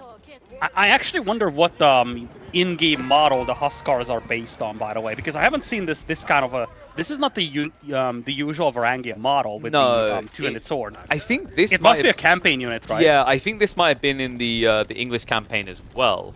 Although, I love the way they... Did you see that one guy, the way he was holding his sword? They keep holding it midway up the sword. Oh, that's brilliant. We can't see it right now because the torch is out, but sometimes they randomly grab the sword midway along the blade. Because he gave it the spear animation. That's brilliant. Alright, let's see. I want to catch one doing it. You see what I mean. It looks absurd. Yep, they indeed do. This one right One here. hand holding the blade. It's like, oh, yep, don't mind me, lads. Someone drop this. Is it sharp? Oh, blimey. We're reaching the point, though, where I think Puppy Paw can just break this. You know, before the trickle of troops is allowing the static defenses of poisons to win, but that's no longer the case. Rohirrim right around the back. Open the floodgate. Now for the Huskars to ride in, and that should be a wipe of the crossbow mass. Yeah, this didn't feel like a who. It was a when for the last 10 minutes, you felt. Things went just so well for Puppy Paw. And, I mean, I think he could have won this game in a variety of ways. He could have gone for sacred sides, he could have tried keep dropping, but he just masked that force. He's breaking into the base, and even if he cannot finish the game right here, he's going to reset Wham once again to basically nothing. Yeah, and the Huskars are starting to leak in everywhere. Funnily enough, there's a weird pathfinding going on there. I think there was a slight rewall that forced him around. He's now going to head on back in with the main wave. Meanwhile, basically the Horseman and a small trickle of Huskars has wiped out Wham's backline here. He's only got 6 crossbows left over. He now somehow has to deal with 27 Huskars. And I can guarantee you, even with all the buildings you can garrison inside as the Vietnamese, there's not enough to protect all of this economy. Yeah, for a long time, Puppy Paw only had that Hall of Odin producing units. Now that he's got a couple of stables as well, he's going to be able to actually flood units. And he also completed a farm transition behind this. He is firmly in control over this game. And again, this just goes to show that early game prowess of the Viking Raiders. That timing attack is what essentially decided this game. Being able to break into the base of your opponent as he was aging. And even though Puppy Paw wasn't able to kill very many villagers, just idling those guys out was enough to completely ruin the game plan here for Wham. And I'm impressed, man. Maybe I've been not giving the Danes their credit. These Huskars seem absolutely ludicrous. I think the difference is that, you know, when you go for the Swedish choice, probably better late game scaling, but needs a transition. This is non-stop aggression, all from the Hall of Odin. Well. GG is called. The remake didn't matter. Same result. There we go. Yeah, I said what again, we're all thinking. I think I highlighted this in yesterday's cast, that when we look at the 4 civilizations they've added, the Persians feel the most well-rounded and probably the most balanced of all. The Vietnamese, I always had this issue where they feel very, very defensive, but you cannot defend forever. And I just don't know what wing conditions the Vietnamese can legitimately play around. That was always my concern with them. They feel too defensive. Their mechanics are very defensive, but how are you going to utilize them?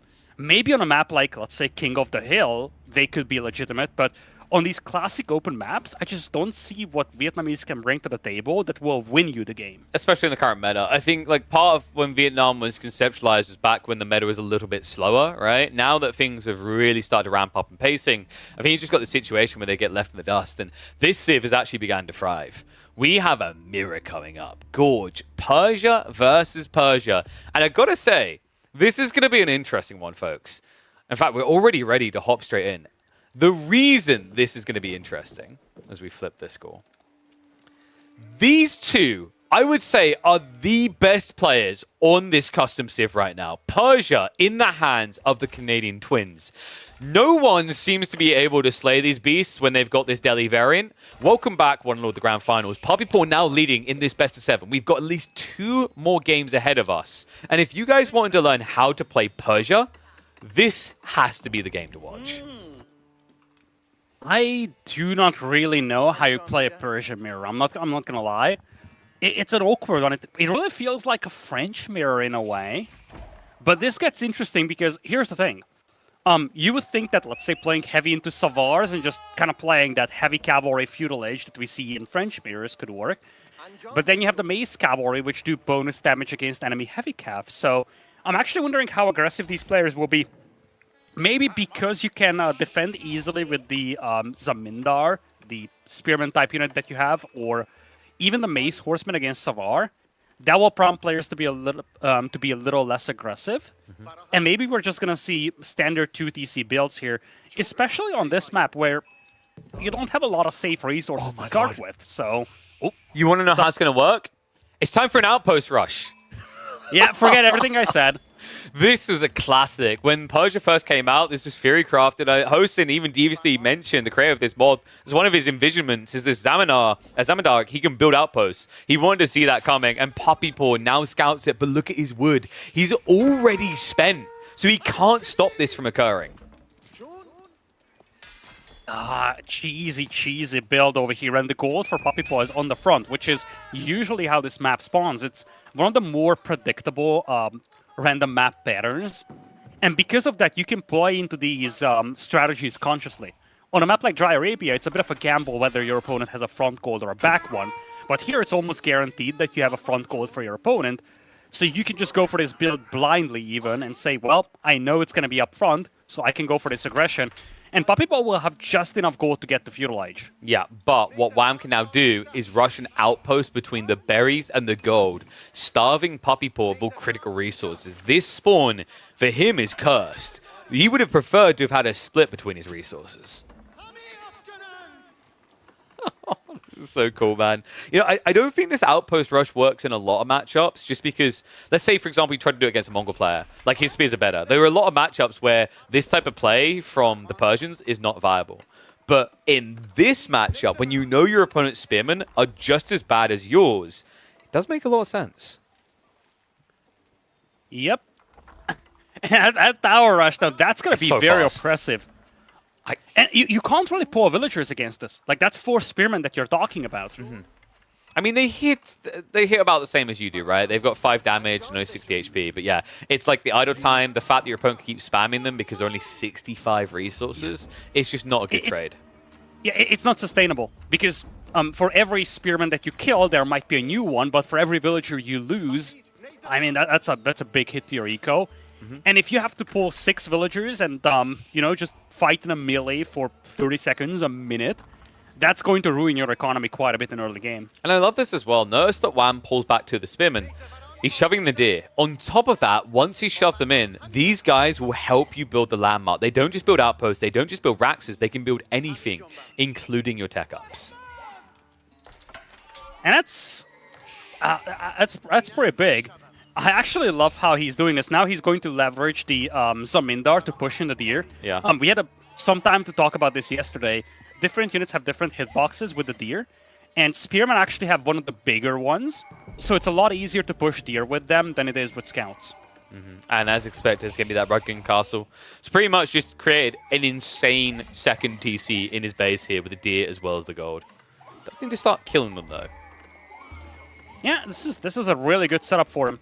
And you see, he's not going to be very delayed compared to his opponent, especially because Poppypaw decided to build this landmark with only one unit, his own Zamindar. Yeah, it's interesting, actually, and he's prepping in the archery range. This is going to be the military focus. He's going into a Mass Kamandar strategy, which is the pseudo longbows that the Persians get. Basically, it has 7 tower range. It costs a little bit more, has slightly more health, but doesn't have the damage increase you get with a typical longbow. Interesting idea. I'm not against it, but I also don't think it's the best way of approaching this. If you go heavy into archers, especially if you don't have enough Zamindar to support them, the concern that you're having is that a couple of either Mace Horsemen or Savar can shut you down. Both of those, well, the Savar are just general heavy cavalry. They will be good against these archers. And then the Mace Horsemen get bonus against light ranged. So both of those units are really good to just stall out bushes. And then you have a 2 TC versus 1 TC setup here. Sure enough, it's double cost for these villagers, but that so far hasn't seemed to be that much of a deterrent for players. In fact, for most of the games that we've seen on open maps of the Persians, especially in asymmetrical Civ matchups, we've actually seen the Rutkan Castle being picked. Yep. And now, Poppypaw has to be a little bit careful about this push-out timing. Spearmen are there to mirror him. And right now it's a trickle of archers, so good move there. Wham actually caught up. He actually beat him on the Dynasty Tech up there because he had the second town center to work with. Remember, folks, the way you get your veterancies when you play as the Persians, you do not upgrade them in the production buildings. You have to trigger the dynasties in your base. Yeah, the first one is actually very, very quick and cheap. It's 8 food, 18 gold for 8 seconds. It's also missing an icon, so devs, please fix.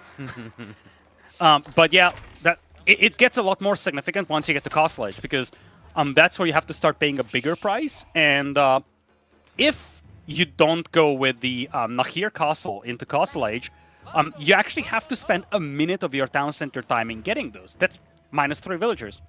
Yeah, that's why I think a lot of people go for Rudgun Castle inherently as well. Whenever you go for the Gundishapur, it's more around that feudal timing. Although, admittedly, some of these techs scale incredibly well into late games, such as the Shamshir Blades, that is basically an elite army tactics on top of your elite army tactics for your swordsmen. Now, one thing that Wham might not be aware of is that Poppypaw snuck out to the right side for a gold. Remember, this tower is still up. It actually has been reinforced with arrow slits as well. So no berries available for Poppypaw, no gold available within his base. Yet he still has access to some gold. And that's going to be critical to pick up eco upgrades. Particularly double broadaxe would be very, very nice to have because he's going so heavily into these with heavy units. Sure, he's got the discount from the Gunda Shapur, but still.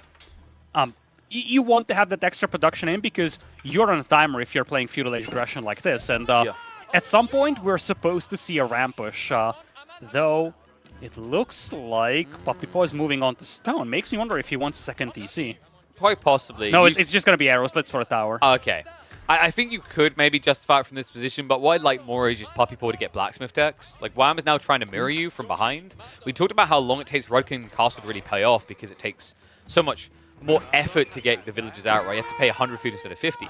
So if your opponent just is already massing archers and he already has the military focus to make them cheaper, it's not really a matchup you can win that way. Wham desperately needs to get these knights and find a way to raid around, whereas I think Poppypaw has more of a direct all-in timing in mind here.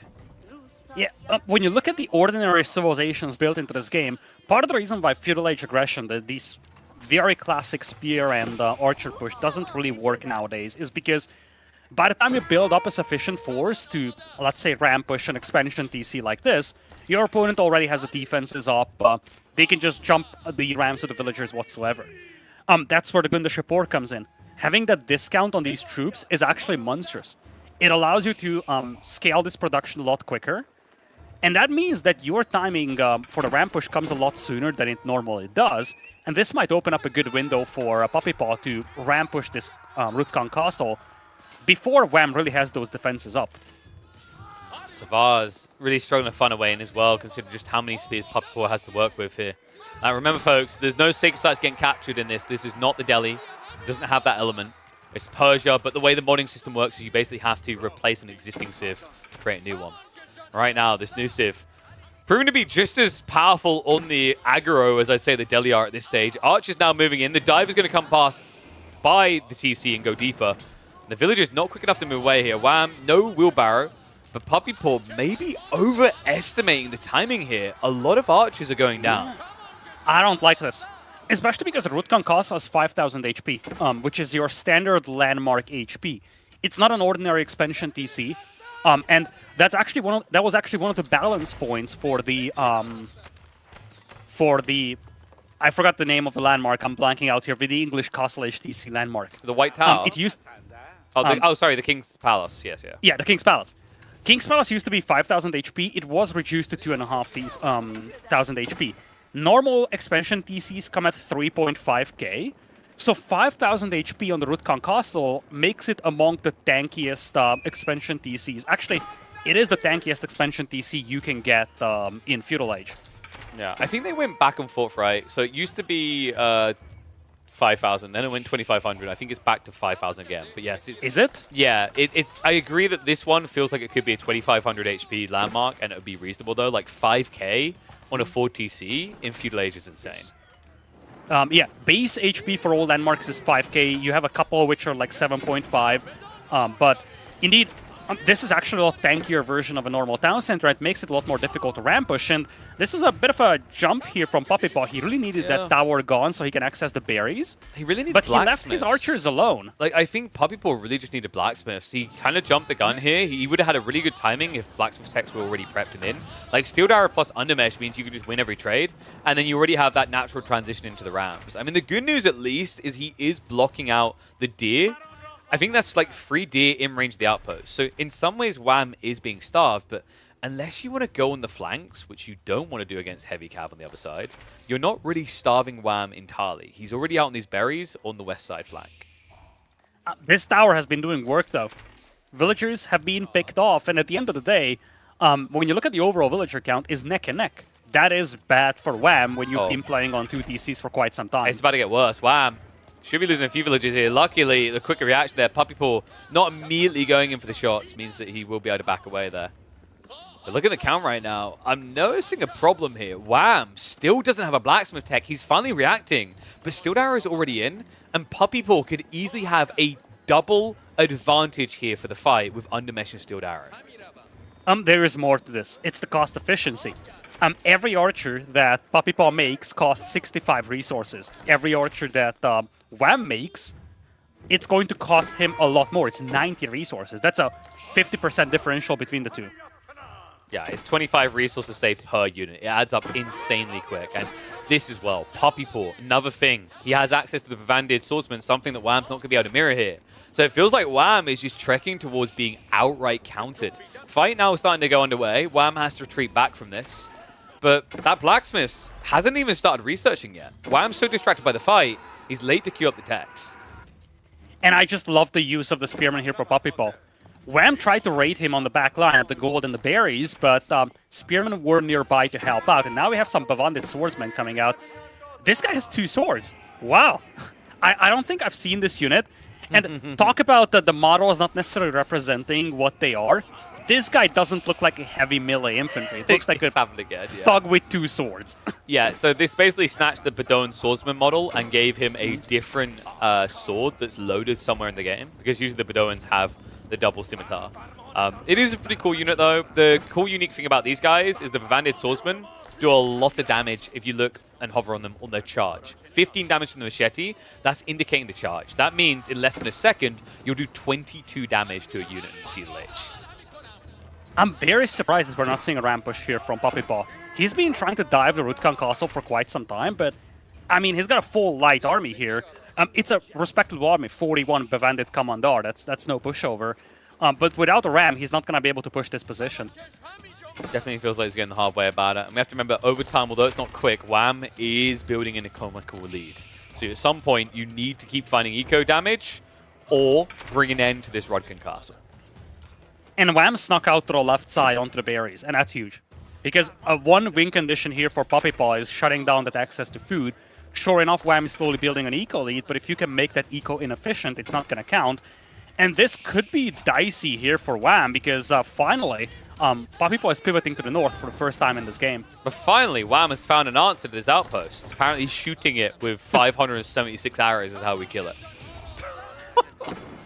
Oh, raid coming in, though. Every arrow does 1 damage, so if you have 1,000,000 arrows hitting it, that's 1,000,000 damage. The math don't lie. Wham is reacting to this attack on the side. The archers should be able to trade out pretty reasonably still. The count should actually be favoring Puppyball here, but Defender's advantage starting to pivot somewhat. Spearman waiting in the wings there, get the freebie as the Knights ride in. And now they've scoured it. The Swordsman spotted out the gathering of the berries. All of a sudden, Wham is going to be starved on food. Archer count is looking a lot better here for Wham. Those reinforcements need to come in, but for the time being, villagers on the goal are idled out, and they keep attacking. Puppyball is also shooting up the castle. Yeah, they're both doing this. They're both trying to blow up buildings with 1,000,000 arrows instead of just building rams. But this push in now, this is where it starts to get a bit dicey, right? Wham's income is getting absurdly painful to look at. In the meantime, the swordsmen are also now idling out the wood line. Wham is sitting on a grand total of 2 sheep, and then he's dry on food. I don't like how Puppyball took this fight underneath the keep, or I guess I should say the town center, the Rutkan Castle. Still though, let's not forget, every archer that's traded is good for Wham, because he's paying a lot smaller of a price for them. Same with the villager situation. Like, if you think about the Rutkan villagers costing 100 food, if a swordsman kills 1 villager, it's not too bad of a trade, right? 120 resources for 100 raw, and you stop his economy. But right now, Puppyball needs a temporary reset. He needs to get the numbers going. You can see by the production difference, he should be able to just surge forward here. He's still playing flanks. He's still gathering a lot. Wham, in the meantime, has snuck back out to that berry patch, but he needs to make sure he keeps the guns firing. Otherwise, Puppyball now knows where to target. Yeah, I feel like Puppyball could use a forward production building or 2 here. Oh my God. But now it's going to be a trade of archers, and this is, cost efficiency-wise, this is as good as it gets for Puppyball. Yeah, that pretty much wiped out the bulk of what Wham had here. Right now, the thing that's keeping Green in this game is static defenses. That's the only reason he hasn't been killed. Yeah, if Puppyball had just 1 ram here, that would make life so much more miserable for Wham. It's kind of surprising we've still neglected that. I mean, it's 175 resources, then 200 wood, the ram. You can definitely afford it. I guess the logic now to defend Puppyball in this choice, at this stage, the archer differential isn't big enough to justify side investing, but most definitely earlier when it looked like he had a 20 archer plus lead, that's when the ram timing would have been good there for Puppyball. I feel like even now it would be reasonable. Right now he cannot really dive this tower. If he had a ram here, this would be a completely different setup. Especially because Wham is exclusively archers, which struggle against rams a lot. The only way that you take it out quickly is if you pull villagers for it. In fact, Puppyball, I think he's contemplating castle. There's a lot of food being floated here. That's what I'm thinking as well, but his gold income is very bad. He can switch that up, He just moved 6 vills to gold, though, so yeah, he's going castle. Also, the berries are about to exhaust where he was gathering gold, so that's a natural switch over he wants it to occur. Wham isn't really in a position to mirror. He isn't also in a position to punish you here. These outposts have been doing God's work on both sides. That fortification is paying off so well for Puppyball. This tower is just so difficult to take out at 750 HP. Or 1750, I should say. It's interesting because I think like what Puppyball's doing here, it's basically showing you like the kind of English Lombo OP logic.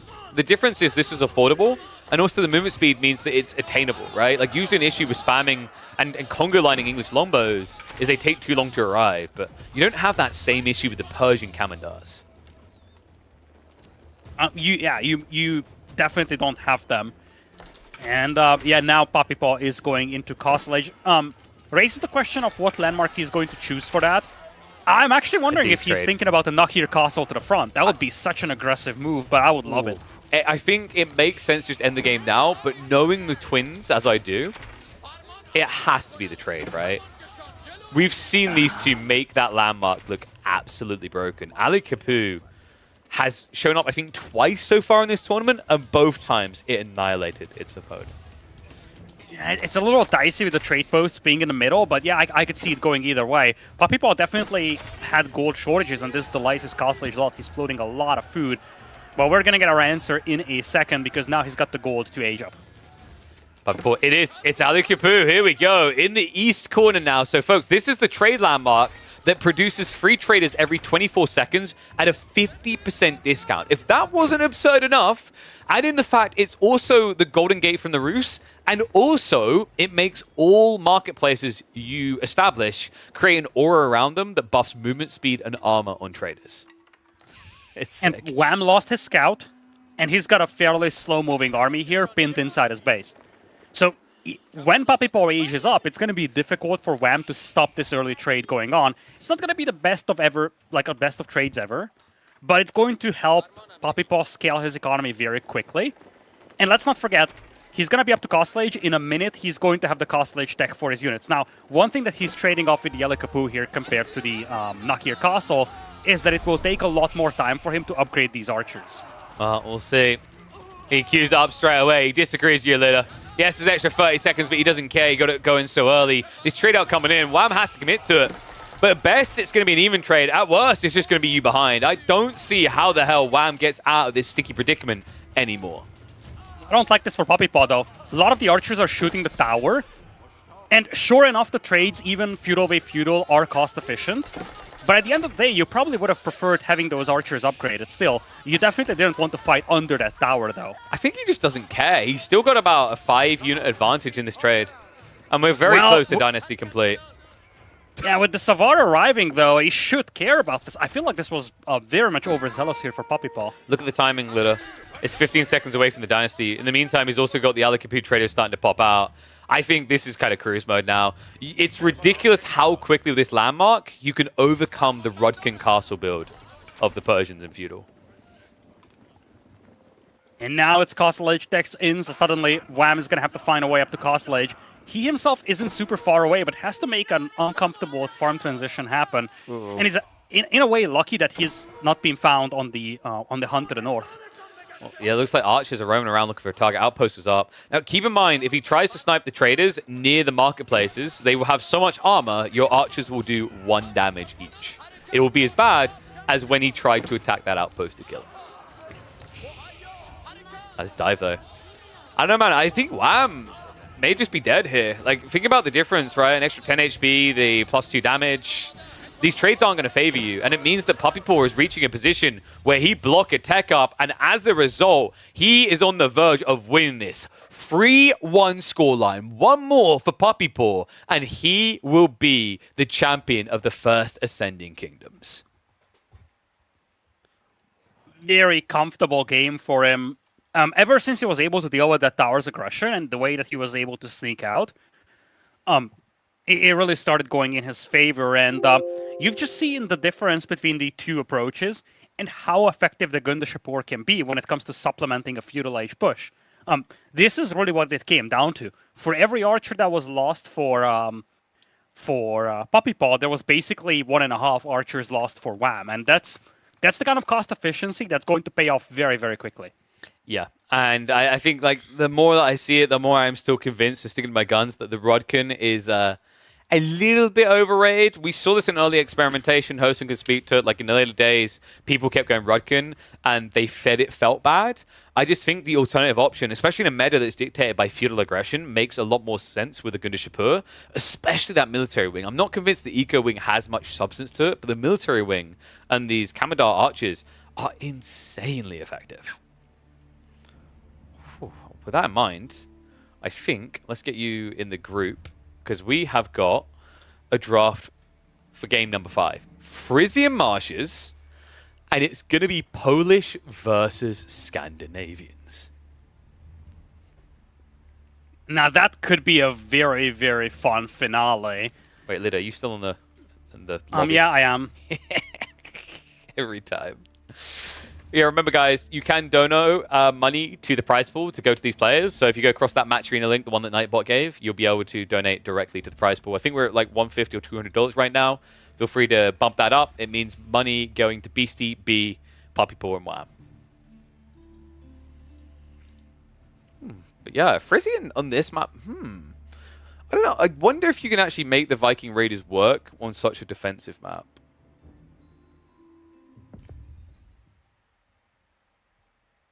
All right. Wow, looks like we're actually going to be able to jump straight into this one. All right, folks. So, let me get an extra point in the board because I haven't updated that yet. These boys are not waiting around. I'm hoping it is not going to be the final game. I'm hoping we are going to go the distance here because we hop into game number 5 with Poppy Paw on the verge of cracking it. Match point in this situation in the best of 7 to see if he can crown himself the champion of Ascending Kingdoms, a custom Civ tournament where you exclusively play 4 civilizations created by the modern community. Wham, in the orange, is going to be playing as the Polish, masquerading as the Order of the Dragon. And Poppy Paw may say Rus, but he is in fact playing as the Scandinavians. Expect a lot of Viking fun time because these boys love raiding. They certainly do, and we've seen this matchup before. That time, it was Poppy Paw with the Poles and then Wham with the Scandinavians. And in a way, it was a similar map. You had those extremely important pockets of eco that you could leverage, and that has been used by both the Scandinavian and the Pole player. Now, here, the interesting detail is going to be how much those Viking Raiders can pay off, and whether we're indeed going to see the Lubin Town Hall from the Polish player, or maybe we're going to see the build that B used yesterday, the Jagiellonian University, to just buff those initial winged hussars. Yeah, because you have all these options, folks. Remember, when you play as the Polish, you can pick any one of the landmarks. So far, we have seen the Lublin Town Hall. There's that slower TC. Takes 40 seconds to make a villager. There's the Jagiellonian University that allows you to get Unitex, which sounds OP until you remember how expensive they are and how few units you have. We have yet to see the Tynish Armory. I don't expect that ever to come out because you could only build rams at this stage. And the Fortress is another option that does give you the blacksmiths with a rapid speed of development. It also allows you to get the techs and age early, which I think that is potentially quite an OP landmark. It's a weird one, right? I feel like that's more suited for Castle Age when you actually have it as a keep. The thing that always intrigued me about the Jagiellonian University, again, was how well it synergizes with your primary go-to unit in Feudal, that is the Winged Hussars. The charge damage, biology probably also being available, and in general, for early mid-game, having those Imperial Age unique decks available is immensely valuable. Another thing that's kind of interesting in this game is so far, when we've seen Frisian Marshes Poland, and admittedly it's a small sample group, we see them playing out onto the fish straight away. That hasn't happened here, and I think that's for multiple reasons. One reason is I think Wham's worried about the Viking Raiders. Another, though, is look at that depressingly pathetic initial pond for Wham.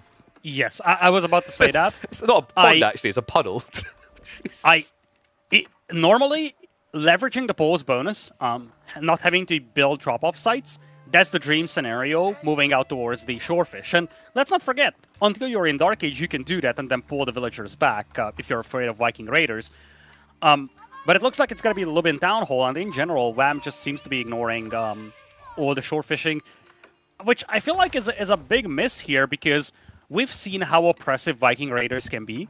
They will be even more so oppressive if you can mass them like Poppy Paw is able to, with his economy being fueled by shorefish. Exactly. And, you know, the fact is, right, this is a very targetable base. Yes, Wham has gone for the forward town hall to try and insulate himself in that area, but we've seen Raiders are surprisingly effective at diving. Another thing that is quite vile and volatile with this Civ, we saw it in day number 1 in Kaiser Johan's series, is they build siege weapons so quickly with Raiders, you could basically build them underneath an enemy TC while pushing it.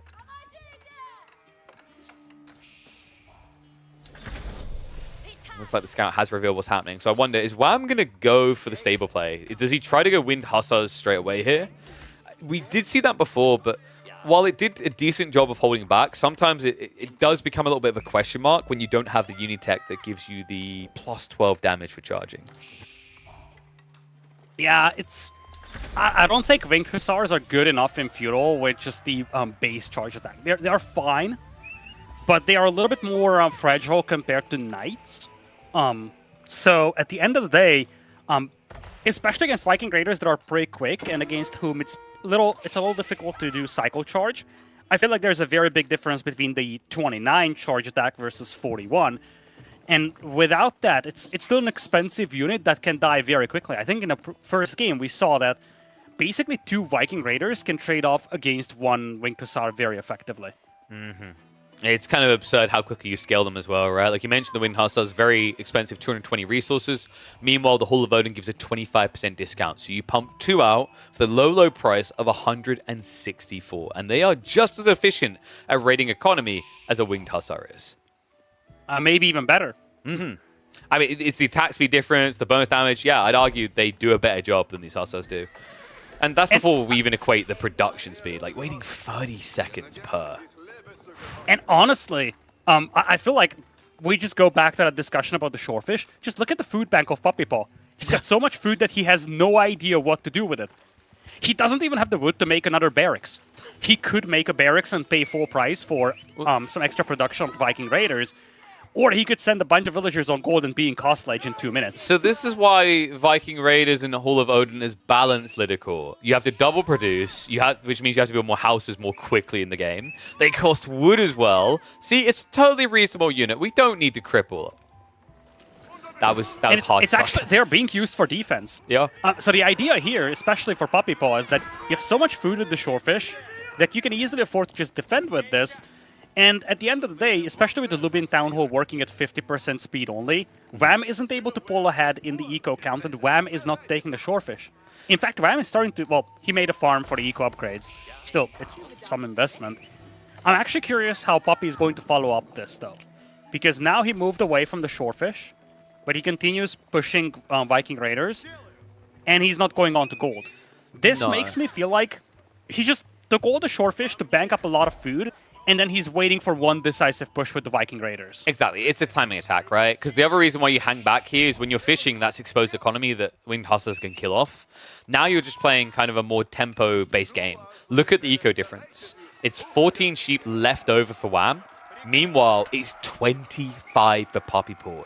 His economy is going to be safer for longer. Wham is going to realistically reach a point where he has to come out of these ponds. And when he does, he's going to be staring down the barrel of a 30 Viking Raider rush.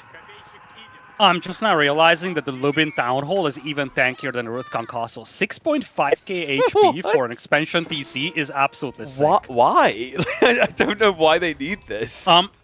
This is a Polish buff though. The base town center is at 9.1.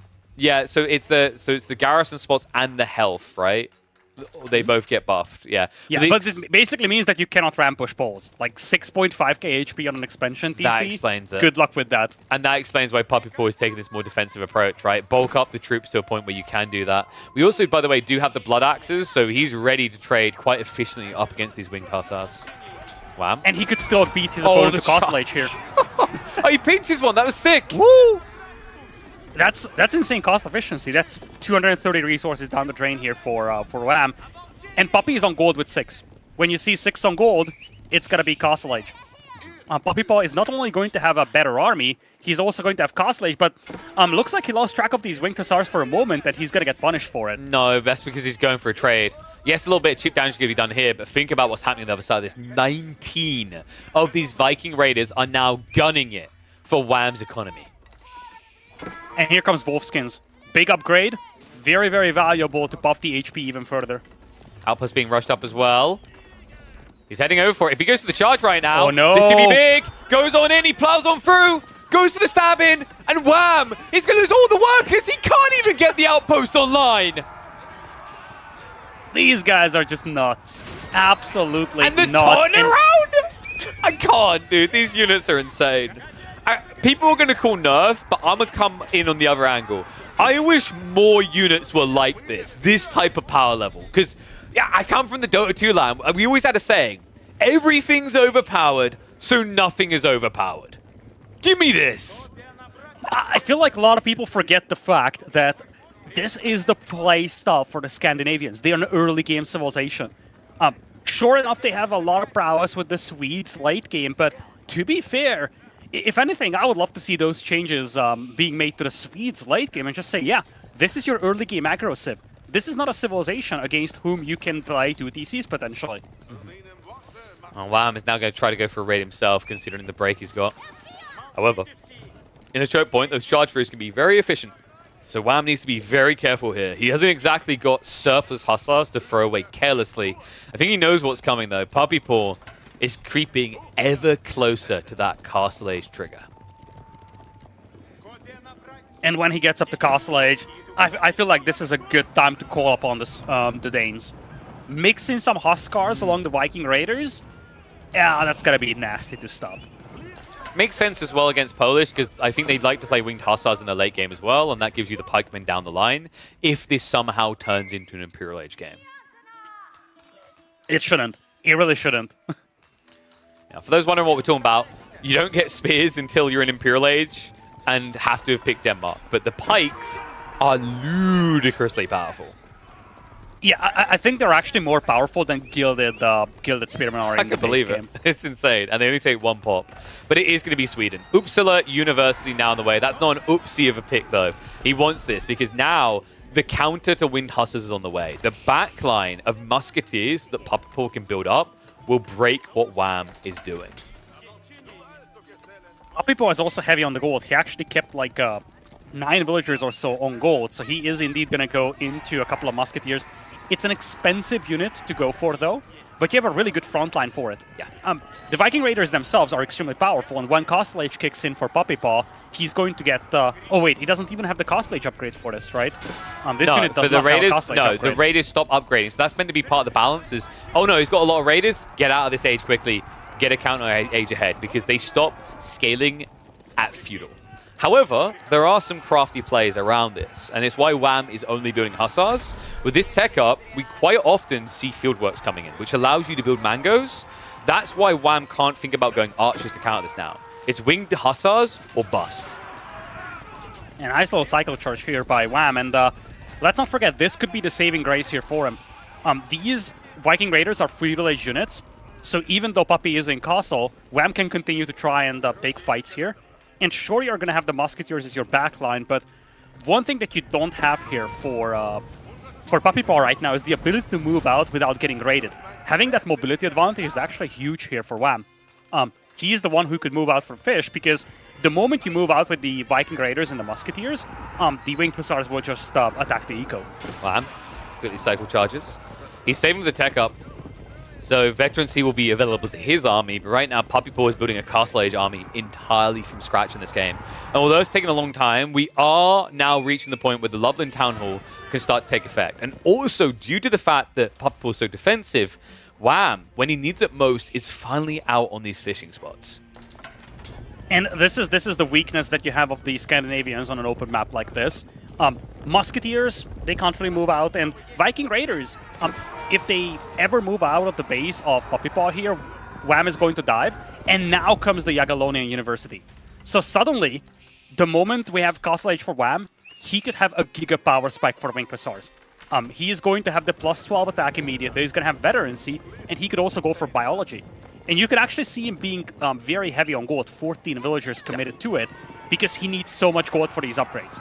But if these guys are upgraded, suddenly the army of Wham is going to be so much better than what Puppetpaw has. And it makes sense, right? Like, when you've got this many, biology is definitely worth it, considering that you're going to get a discount 50% on that tech as well.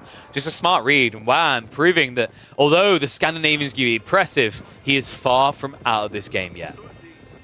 Yeah, we talked about this, and this is exactly what you highlighted before. Scandinavians, the Viking Raiders feel so busted, but the moment your opponent is able to slow things down and get to Castle Age, you fall off a gigantic cliff with these guys. It just takes so long to get these Musketeers. Like, you know, they look like broken units, but another big thing to remember, not only that have they got low health, but it's also the fact that they take 40 seconds to produce. And Puppetpaw, as is typical with the way we've seen these Canadians building the Scandinavians, doesn't have a blacksmith. There's no sign of military academy to increase his scale point. Meanwhile, on the other side, Wham is loving life, man. Look at the text getting queued up. Biology is coming in just 15 seconds. On top of that, he could easily get into rapid charge as a follow-up, and it only takes 24 seconds and almost 400 resources to unlock. And I love how he's vacating this area. He can concede the Lubin Town Hall here because it takes a lot of punishment. It's a very tanky building. Oh, yes. And you want to have biology. Veterancy is in. I still think that he needs the charge buff, though. I think he can take the fight with the veterancy, though. It's only, what, 4 of these Musketeers on the front line. Make that 3. Flash comes in. Villagers are going to just shuffle on inside for the defense. Love that target as well. He's targeting down the hand cannoneers with the defense. Hussars now have to come in. The Viking Raiders will not be able to hold this back for long. It's going to be a wipe of the army and a hold for Wham. This is textbook how to counter Scandinavians, I feel. Constant pressure, just pinning them inside their base with the cavalry, and then getting this power spike, and this fight happened without rapid charge. The upgrade is just now coming in. I think Wham might have this game. I think this is over. I agree. Like, this is unrecoverable now. Puppy Paw knows it. He calls GG. Wham says not done yet. Second point on the board, and the grand finals continues. And let's not forget, in this game, there was a moment where a bunch of villagers from Puppy Paw, or from Wham, basically all his eco lead from the Lubin Town Hall, it vanished in an instant due to those Viking Raiders. He lost all the eco lead. In fact, he fell behind in eco. But at the same time, one thing that he was able to do is retain the cavalry. And that has been the recipe for success so far in both of the Poles versus Scandinavian games. Just making sure that you don't lose your cavalry, and you are the one dictating the tempo of the game. Viking Raiders are quick, but if you send them over in small groups, they can be intercepted. And if you send them over as a large group, you can just hit the Viking players' economy. And just look at that board, right? Like, look at that graph right there. When you see a dip that hard, usually you think Siege is involved. No, that's just the curb-off point of the Scandinavian strategy there. That's just the power spike of the Polish. Just a great read, great temperament out of Wham not to rush ahead of the timing there. And he recovers the game to take us deeper into a set. And it means that we will be heading into a game number 6 shortly, which is going to be them flipping CIVS to go onto Kawasan. Oh, Kawasan. Now, we've seen a lot of cheese on Kawasan before. In particular, the B set had that weird elephant rush with the Vietnamese. Now, here's where it gets interesting. Scandinavians, they do have combat ships in Dark Age. So you can't really fish here if you're the Poles.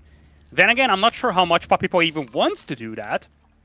So this is going to be an interesting dynamic, but once again, I will take like a minute of a break. I need to bring in something to drink. Yeah, or are we in game already? I'm loading up now. We'll see. You can go sort yourself there. I got you covered. All right. I'll be back in a second.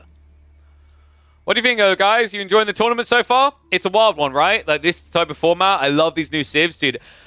I just want the devs to give the tools to the modders to add these to the game without having to remove other civs from the game. Because if they do that, I will go and host tournaments combining the two to see what functions well, what kind of matchups will be best. I think there's a lot of potential. There's some really cool ideas in here that I think we'll probably see the devs adopt. I think I like the idea of the Raiders. They definitely feel a little bit overtuned right now. But for example, things like the landmark choices of the Polish in particular, I'm really enjoying the whole idea that you can choose your different path. I think I was talking about this the other day that, you know, as much love as we have for AoE4, something that really can suck is the idea that you can get hard counterpicked to the point that it almost feels like the game is already played out. And some of that comes down to limited options. When you have this branching order that you can rejig around in terms of which landmarks you take and which order you do, I think it gives more routes to recovery for a lot of civs. But if you guys are wondering how we got here today, there's the results up to this point. We're currently in the grand final between Wham and Puppy Paw. Puppy Paw is on match point. Wham trailing still. 3-2 is the overall score in this best of 7. Wham was able to eliminate BC just like he did in Wallalol. Meanwhile, B had a pretty deep run after having some crafty strategies play out here in Ascending Kingdoms. I'd expect nothing less from the lad. And that game that Lidicor mentioned on Kawasan between Puppy Paw and B, I highly recommend you go and check it out. It is a 101 textbook lesson in memology. That game was simultaneously depressing to watch for one of the players, but also absolutely hilarious at the same time. And all because he wanted to whip out the baby elephants. But while you're waiting as well, we've got about 2 minutes until we get in game. I want you guys to take advantage of this opportunity to make sure these players get paid their due. There is a Matcherino link going around. If you put ! donate, it'll be the Nightbot link that pops up, not the Stream Elements one, although I do like money as well. Go across there and you can actually donate to the prize pool that is currently sitting at $150. If you think that B, Beastie, Puppy Paw, and Wham deserve more, that's how you can show it by contributing to that. Also, don't forget, drop those Prime subs on this side because we will be doing more tournament action here. In fact, we have got the playoffs of the free-for-all tournament hosted by Clearman, the Vietnamese caster, coming Tuesday, Wednesday, and Thursday, all starting at 2 p.m. CET on this channel. So be sure to tune in for that. Another reason why you should subscribe so you don't have to worry about the ads when you're watching all of that action. But I don't know, man. If this becomes too popular, I might have to commission a few extra flags, because right now I've got 16 Civ flags. I haven't got a Polish one, I haven't got a Vietnamese one, a Scandinavian one, or a Persian one. Might have to fix that.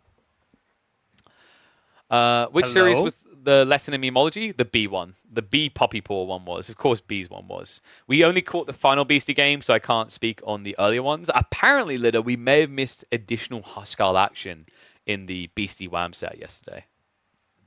I'm not surprised. I think in many ways, if you have a lead with the Scandinavians, you can have that follow up of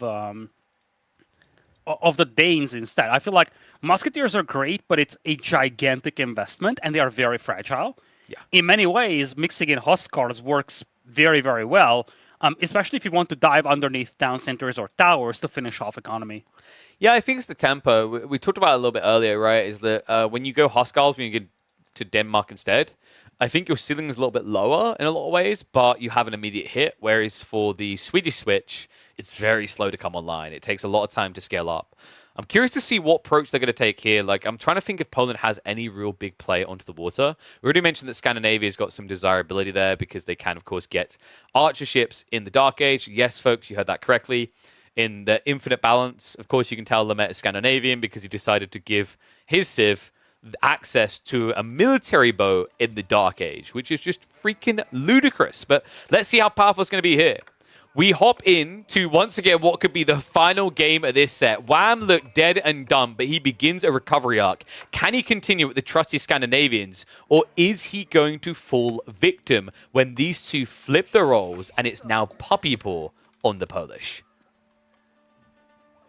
And this is one of the more unique generations of Kawasan. Both players spawning, well, not on the opposing side of the berries, but rather on the opposing sides of a pond. And what this means is that you have a natural pond expansion compared to a setup where you're halfway in between the two ponds.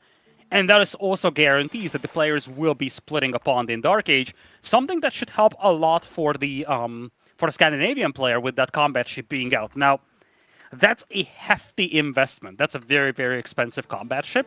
Mm-hmm. But under different map generations or under different circumstances, you would first need to make sure that you're on the same pond as your opponent are compared to this map generation. And I think we do have a little stutter as well. We got another little stutter. All right, we'll pause that for a few seconds. Reminder, guys, you can check out these mods yourselves on the mod section.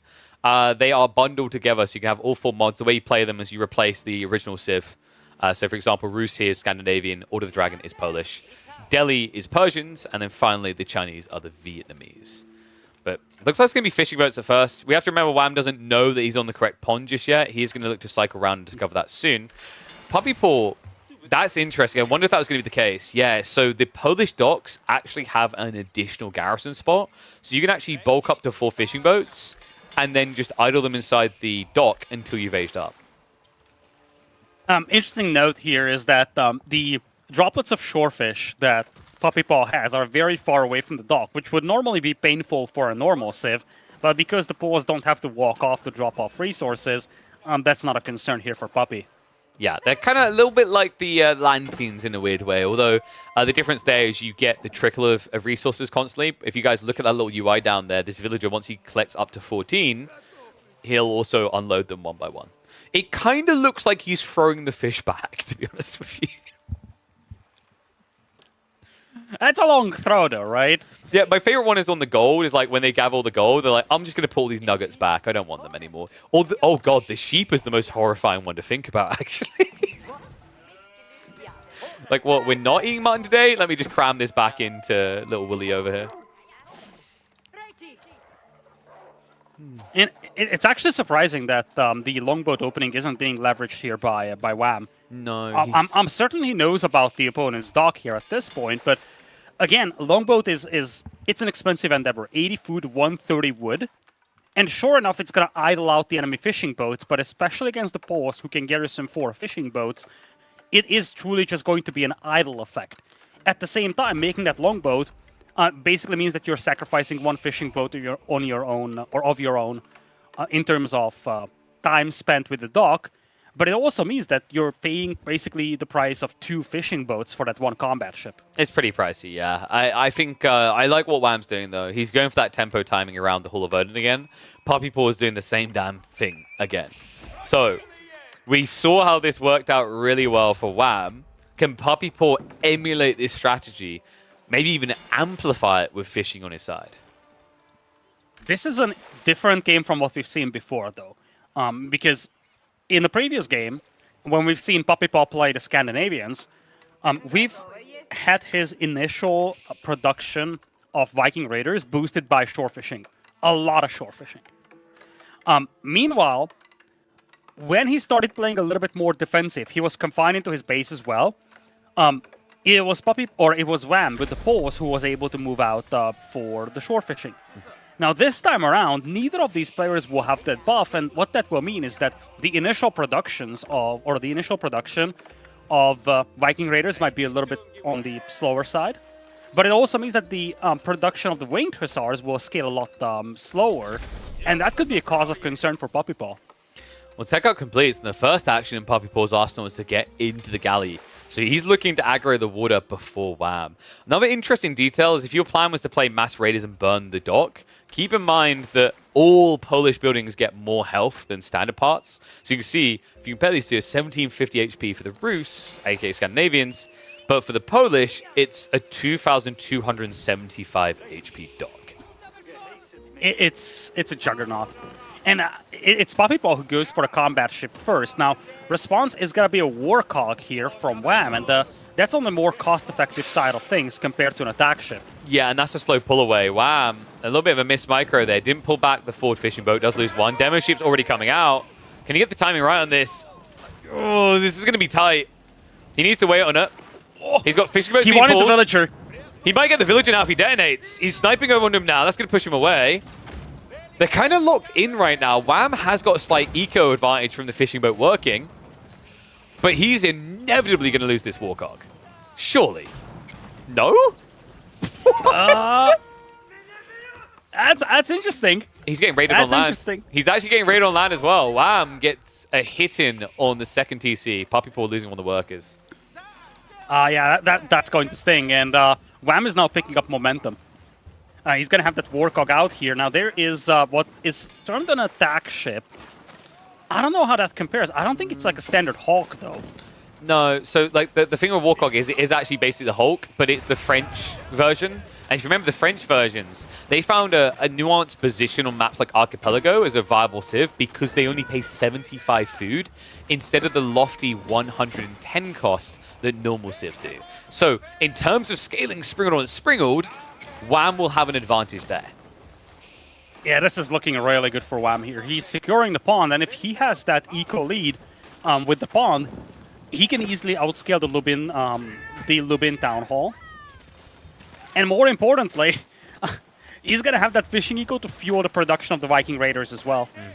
Pushing continues. Galley's going to be shoved back. I mean, Puppy Paw is a bit of a rough situation. This idle time is really stinging him right now. I think he'd like to get a few demos pumped out, but the gold on the forward is making him suffer. Now the demo coming in is going to wipe the Hulk out. It means that Puppy Paw has no real leg to stand on in this pond anymore. This is difficult. This is difficult for Puppy Paw because this is a different game from the Viking player.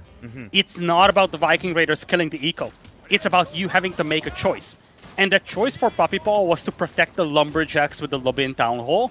Means that his gold mine was wide open, and 2 Viking Raiders will just say thank you very much. It's a small investment from Wham to shut down all the gold income that Puppy Paw has. Now, one key thing Puppy Paw has going for him, I actually didn't glimpse it at first. He went into the arrow slits on the dock, so that will buy him a stay of execution here. But it is now a game where he's kind of just trailing when it comes to military vessels. The one upside he has is over a long period of time, that Lublin Town Hall will put him ahead. But keep in mind, it's slow. He's at 1.5 TC effective. It's not the craziest of escalations. You have 2 demos out there for Wham. If he really wants to push this, he could make it work. Against the dock with arrow slits, what you can do is like mass demo charge it and just take it out. I don't know if Wham wants to commit that many resources to taking out that dock, though. He might just be content shutting down the fishing eco. The thing is, with that fishing spot being so close to Puppy Paw's dock, it's not really shutting him down entirely. It keeps requiring this commitment that leads to damage that could lead to an opening.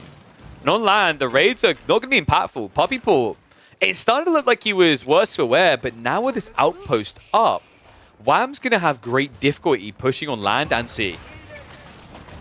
Oh, that was connect beautifully, though. Whoa! Both of those Hawks are so heavily damaged.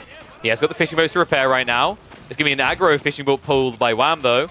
No demo ships coming. Puppy Paw, he has got access to the gold again, but it's going to take a while to get what he needs to unlock a counter-explosive ship play.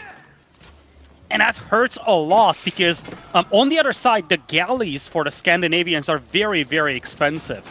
So being able to get these longboats out to deal with the demos, it's a pain and it's going to come too late. In fact, I would dare to say that Puppy Paw is lucky that he was even able to get the gold back with that tower going up. But this whole thing comes in too late because now he's losing the water. Yeah, and it's kind of awkward the way you have to drop off, right? Like, you'd have to manually click the TC to get the auto drop off correctly. But Puppy Paw, he's going to get some arrow slits on land. The thing is that dock is not going to die quickly. We mentioned this, it's ridiculously tanky. You can't just try to explosive it down. You can't just camp here long-term with the arrow slits. Puppy Paw will get an opportunity, one more at least, to try and recover this, but he needs to be fast. It's looking grim, though, because now you're getting to that scaling point with the Scandinavians. The dock is going to be gone. That means untouched fishing eco for Wham, who actually lost all of his fishing eco. Yeah, this is big as well. This is really huge. Remember, the longboats move at maximum movement speed, but they have less health than standard archer ships. He gets immediately sniped here, and now the demo can come in to clean up. Puppy Paw keeps himself alive on the pond and resets Wham's advantage. And that's massive. At the end of the day, when the dust settles, both of these players are reduced to no fishing eco, though. No fleets whatsoever. The dock could be lit ablaze, though, and this could be huge. You cannot pull a villager to repair this. Oh, it's a big deal. So if you light this dock on fire, this is gone. No, but there's a bigger deal happening here. Look what's happened. Puppy Paw has shifted to the north side. The harder to reach dock, he now secures. He can always come back to save this one because right now Wham doesn't have much bandwidth to spread out on the map with a grand total of just 3 Viking Raiders. There is more to this. Puppy is going for a third DC. He doesn't trust that fishing eco for food. He is going for an additional town center on the hunt.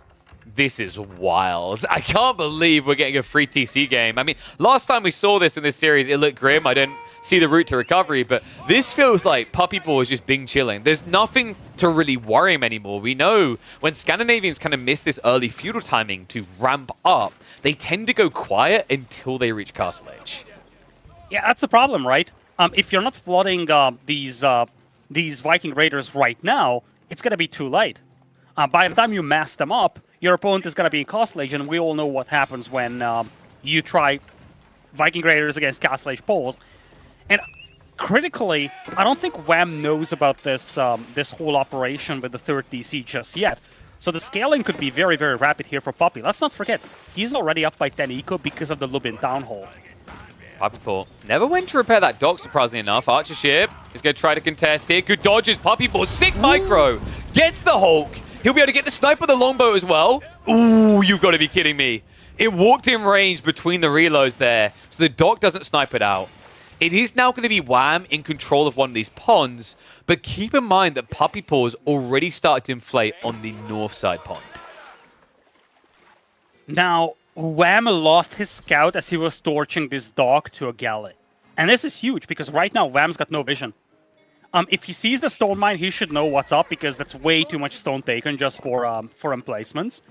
But until that happens, he doesn't actually know about that expansion TC. He is scaling his count of Viking Raiders up, though, and we've seen how quickly these can offset eco differentials. Winged Hussars on the other side coming out, though, and with 1,000 food per minute, Puppy Paw can start affording the mass Winged Hussars like we've seen in the previous game. Yeah, because remember, it's not free TC, it's 2.5, but with the dock online, at least for the next few minutes, he's going to be ramping up like he's at 3.5 town centers, which is absurd to think about here. Meanwhile, Wham, he's trying to get out of the age. He understands that this is taking too long, he won't be able to get the raider count high enough, so now he's pinning his hopes on Castle Age. I don't blame him. I think the window has passed for the Viking Raiders. But at the same time, I don't know what Castle Age is going to give him. This is not a game where he's just going to be like, oh yeah, here we go with the Musketeers, and we're just going to win it. Wait, is he keep dropping? He's going Danes. Like, look at the move here. He's going to secure the central berries for longevity. That's smart, but it's also risky. He's up against 3, soon-to-be 5 Winged Hussars. There's no way he If this gets scouted... Okay, that is deep. I was about to say, I thought maybe he's heading towards the base, but there you go. Vordingborg Castle now on the way in the center. Now, remember, folks, this is a powerful defense. It is a keep. It gives you access to the very powerful Huskars, which are like Varangians on crack cocaine. And finally, this is a Kurultai. He gets a damage buff in this area, and I think part of the thought process is that you can transition siege with the Siegeworks saga that the Scandinavians get, and keep falling back to be in range of buffed up siege. Wait, which mathematically is broken, by the way, Lidicor, because if you do go for the saga, the one I'm talking about is Fieldworks, you get 20% more damage, and then the Vordingborg would give you another 20%. Push on the gold mine. This could be big. Poppypaw needs to pull the villagers here. Nah, he's fine. He says, I don't care, I'm teching up. Jangalonian is coming behind this, so we are going to have both of them playing up into Castle Age. It's not really a good time for it in terms of scale yet. You've only got 3 Winged Hussars, but in theory, with this economy scaling, Poppypaw should be able to bulk army much quicker than Wham. Yeah, that's the big thing. He needs to secure gold. He just did that on the left side. He also started the farm transition, which is a little weird when you look at a map with fish, but in the long run, that's his safe source of food. And indeed, the scaling of the Winged Hussars will be very, very quick over here. Veterancy will come in. And most importantly, even though Wham is up to Castle Age, he cannot dive his opponent when Poppypaw reached Castle. You see, the Viking Raiders aren't moving at all. So this buys a lot of time for Poppypaw to get Veterancy, to get Biology, and to get Rapid Charge as well. And the map is still wide open. Like, if these Winged Hussars start roaming the map, it's going to be so difficult to Wham to keep track of them. Especially because if he wants to actually make pikes, he's going to get to Imperial. Which is intriguing. We have yet to actually see the Imperial Age really pay off for that power like to come in. I am curious to see how impactful it is going to be. For me, the way that a lot of people play in Polish, for example, I think with this type of build, it feels like they get everything they need in Castle Age for the most. You just want to get massive Winged Hussars. Now, with the Danes, if they can weather the storm and reach up that final age, we could see this pikeman come in that could prove to be the perfect true counter to the Poles. Exactly. I think right now is the best window that the Poles have. I love the Springgold edition here by Wham, by the way. I've been screaming for this in tournaments. A Springgold has... Oh, and it gets the buff it's got the bonus. Well. It does enough to one-hit the ships. Oh, that's sick. And I mean, even if it two-shot the ships, it's really good. Yeah. Because the range on it is insane. It does 101 damage. Units. It barely does enough. Like, that's fantastic. Now, the reason we usually don't see Springgold played that often to counter ships on Kawasan is, in theory, it works, Lidicor, but in reality, if your opponent had, like, 3 Springgold ships, they can just gap close and get on top of you, and they strike for 35, so you just die. But when your opponent is just greeting it up, it makes a hell of a lot of sense. And now here's the thing. If you are Wham, you need to wall to a certain extent here. Because right now you have nothing that deals with these Winged Hussars. Nothing at all. And you see these guys, they don't even have the charge buff just yet, and they are already doing a lot of work over here. And now, Polish Chainmail coming in, which big deal. Also is a buff that you...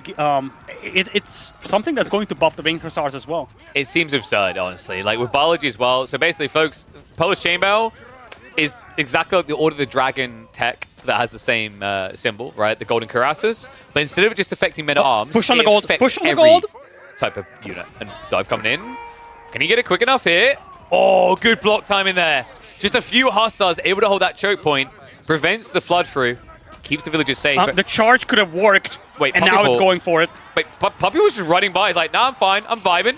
I'm just going to go gather. But how are you going to gather? What?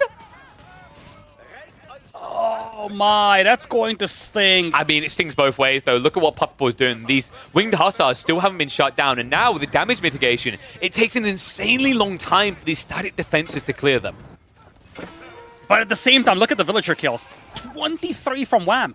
When the dust settles, Poppypaw lost 6 eco in total. It's 26 on the other side. I think the problem here is the reboom, though. I just don't know if Wham can actually keep the pace going. It's difficult. Like, he has got a big fat base in the center, but remember, if he's producing out these Raxas, he's not getting the discount from the Hall of Odin. So this is proving quite expensive when it comes to scaling the Huskarls. And he doesn't have a counter unit to cavalry. That's the problem. He's got nothing right now that can... He doesn't even have wolf skins, by the way, on his infantry. This is, again, the window that... this is exactly the window that the Poles need. And this is why I said that if you're Wham, you need some walls. I would love to see him wall off the left side of the map, because you need to funnel the winged hussars towards the middle. That's the whole point of the Vordingborg Castle here. So far, they've been bypassing it both on the right and the left, and because of that, they just keep trickling into the eco of Wham. And even with the Huskarls, they won't do very well against these Winged Hussars. Winged Hussars that are now fully buffed up. Yeah, and we might have a switch coming. You see Steel Arrow being prepped. I think that's partially for stacked defenses, but I think the reality check here is, Huskarls versus Winged Hussars is not a fight the Huskarls should win. Their benefit is attacking range units. So we'd love to see Wham consider maybe just adding an archer range, getting some units laid into the comp. War wagons. Wait. We need war wagons. No, please stop. The war wagons, folks, is something the Polish can build. There's basically a ram with archers already in it. It's basically a poor man's Tower of the Sultan. The problem with that, though, is that would involve building infantry. And no self-respecting Polish person builds infantry. Well, definitely not if your cavalry works so well. And we're getting back to that same discussion point we had in the first match we cast with the Scandinavians. These guys are extremely vulnerable against cavalry, and that has been exploited throughout this entire tournament, including today. And now we see the reaction finally come through, the appropriate one. Archer range is on the way. In the meantime, Puppypaw is now prepping the trebuchets to erase this central base. The central base that Wham desperately needs if he wants to keep this level of Huskar pump going. It's pretty food intensive. What? Why is he doing trebs, though, when he could go for the Hufnute? Because it's ruining his immersion, similar to what you highlighted yesterday, Lyrical. That is true. You're not a real Polish person. I still don't like Czech units being given to the Poles. So yes, folks, this Hufens is basically a trebuchet. But, right? Well, actually, no, sorry, it's good against infantry. Sorry, I was thinking of the other one for a different civ. Yeah, it's the Hufnute. It's a Czech unit, and it's something that needs to be kept in check. I can't believe... I'm not even going to address that. You keep that dirty joke to yourself. We've got a fortress on the way. Puppypaw is going up to him, and the Huskars are diving in. But beautiful blockers here. He can't get in quick enough. The Huskars are going to be held back by the Hussars long enough for Puppypaw to reach ahead. And the fortress is going to go up 13,000 HP on this fortification, that is it. We have our champ. Grand Finals complete. Your first Ascending Kingdoms custom Civ tournament. It will be the one and only Puppypaw. What a set, really. And they delivered. The thing I loved about this, despite the fact that we've seen a limited number of combinations for civilization matchups in this one, the thing that was remarkable is that we've seen the best moments of the Scandinavians and the worst moments. Sometimes you felt like they were absolutely broken and OP. And then guess what? Here come the Poles. A civilization that we've only seen once yesterday in the sets we've cast, and they've shown how they can match this civilization on different maps as well. And this is one of the cool things I liked seeing today. We've seen that the Scandinavians can be a brutally oppressive early game civ, but at the same time, we've seen how quickly they can fall flat. And this is what makes this civilization so intriguing. And when we started casting this tournament at the very beginning, I said that the new civilizations that they've introduced, they are very, very extreme in a way. Yeah. They have some insanely massive power spikes, and they have some massive drops as well. They very much play into these extremes, and I think we've seen both sides of that for the Scandinavians today. Absolutely. I think that there's a lot of potential here. I think some really cool ideas in there. I can already peer behind the veil a bit and say there is a lot of discussion going on about how to maybe rebalance Viking Raiders because they seem a little bit too good. But overall, I love to see this creativity coming out of the community. I mean, this is the proof we've been talking about. This is why I keep telling you guys, go to Reddit, go to these different locations, at the devs, in a very productive way and say, dude, you've got these talented modders. If you don't start giving them the credit they deserve, giving them access to the tools to really make their true creations come to life, they'll go do it for someone else somewhere else. That's the worry I have, is we have some very talented people. We've had talented people in the past, but they are left in the end because they have felt depressed at a lack of communication or a lack of involvement or a lack of access to these tools. What Hosen and the team have done, making these mods with how handcuffed they are, is no small feat. It deserves as much praise as we would give to Puppy Paw for his immaculate performance to win this tournament overall. But what I want to see is more. And the way we get to do that is being very kind of active and productive in the way that we give feedback to devs. I recommend you guys go do it. I also recommend you guys take this final opportunity to donate across the match arena. In fact, I believe we had another dono coming in. So let me have a look there. I think, did we go up to 200 buckaroos? I think we might have. Okay, no, 165. Thank you for the extra dono coming in from Tony. So $165. I believe 50% of that is going to be going to Puppy Paw, 25% will be going to Wham, and the remainder will be split between B and Beastie. So big shout out for all the players for coming together. Hopefully we can do more of these in the future. And really big shout out to the devs who have been working on these mods to make them come together. I know how this goes after years of being in the gaming industry. Guarantee at least 4 of your ideas here are going to get yoinked and directly injected into whatever the devs are cooking up in terms of official CIVS. So, congrats. Oh, man. I see it happen all the time. Big shout out to my boy Pimp Mucko. I remember he had this big time in Dota 2. He would always make new things for the Observer UI, and then like 3 months later, Valve would officially add it to their spectator tools. It's a hard life. But yeah, be sure to check them out. In fact, I think Lamette is going to link their website in the chat, so you can keep an eye on that. They also have the mod pack available for all of you to try for yourself with your friends in custom games. So be sure to take advantage of that as well. But Litter, any other random thoughts on top of what I've been saying here? Nope. I think we gave a pretty good summary at the end of the stream yesterday. Yeah. I think the path ahead is clear. We've seen how cool these mods can be. If I would have to, I don't know. I don't know if I want to say recommendations, because these guys worked a lot more on these civilizations than I had the chance to cost them. But going forward, obviously, it would be nice to see even more immersion with these civilizations. So I'm sincerely hoping that modders will be allowed to bring in their own assets to the game with the new building models, with new unit models. That would be very cool. As well as, making sure that Czech units aren't given to Poles and stuff like that. I know I've been going hard on that. You're so snooty. Yeah, same thing as like, why are we doing Sweden in a game that kind of goes until like the 1500s? Whichever the case, there is a lot of creativity and a lot of work behind these. And if I wanted to highlight one thing that was awesome, it was the creative use of in-game components. Like, yes. So many of the things that they've utilized or reused in a way, I was like, I didn't even think of that. If you had to sit down and design a Civ concept from scratch, even just the concept, but let alone individual upgrades or unit types, you would be like, okay, this is a cool unit, but how am I going to get the asset for it?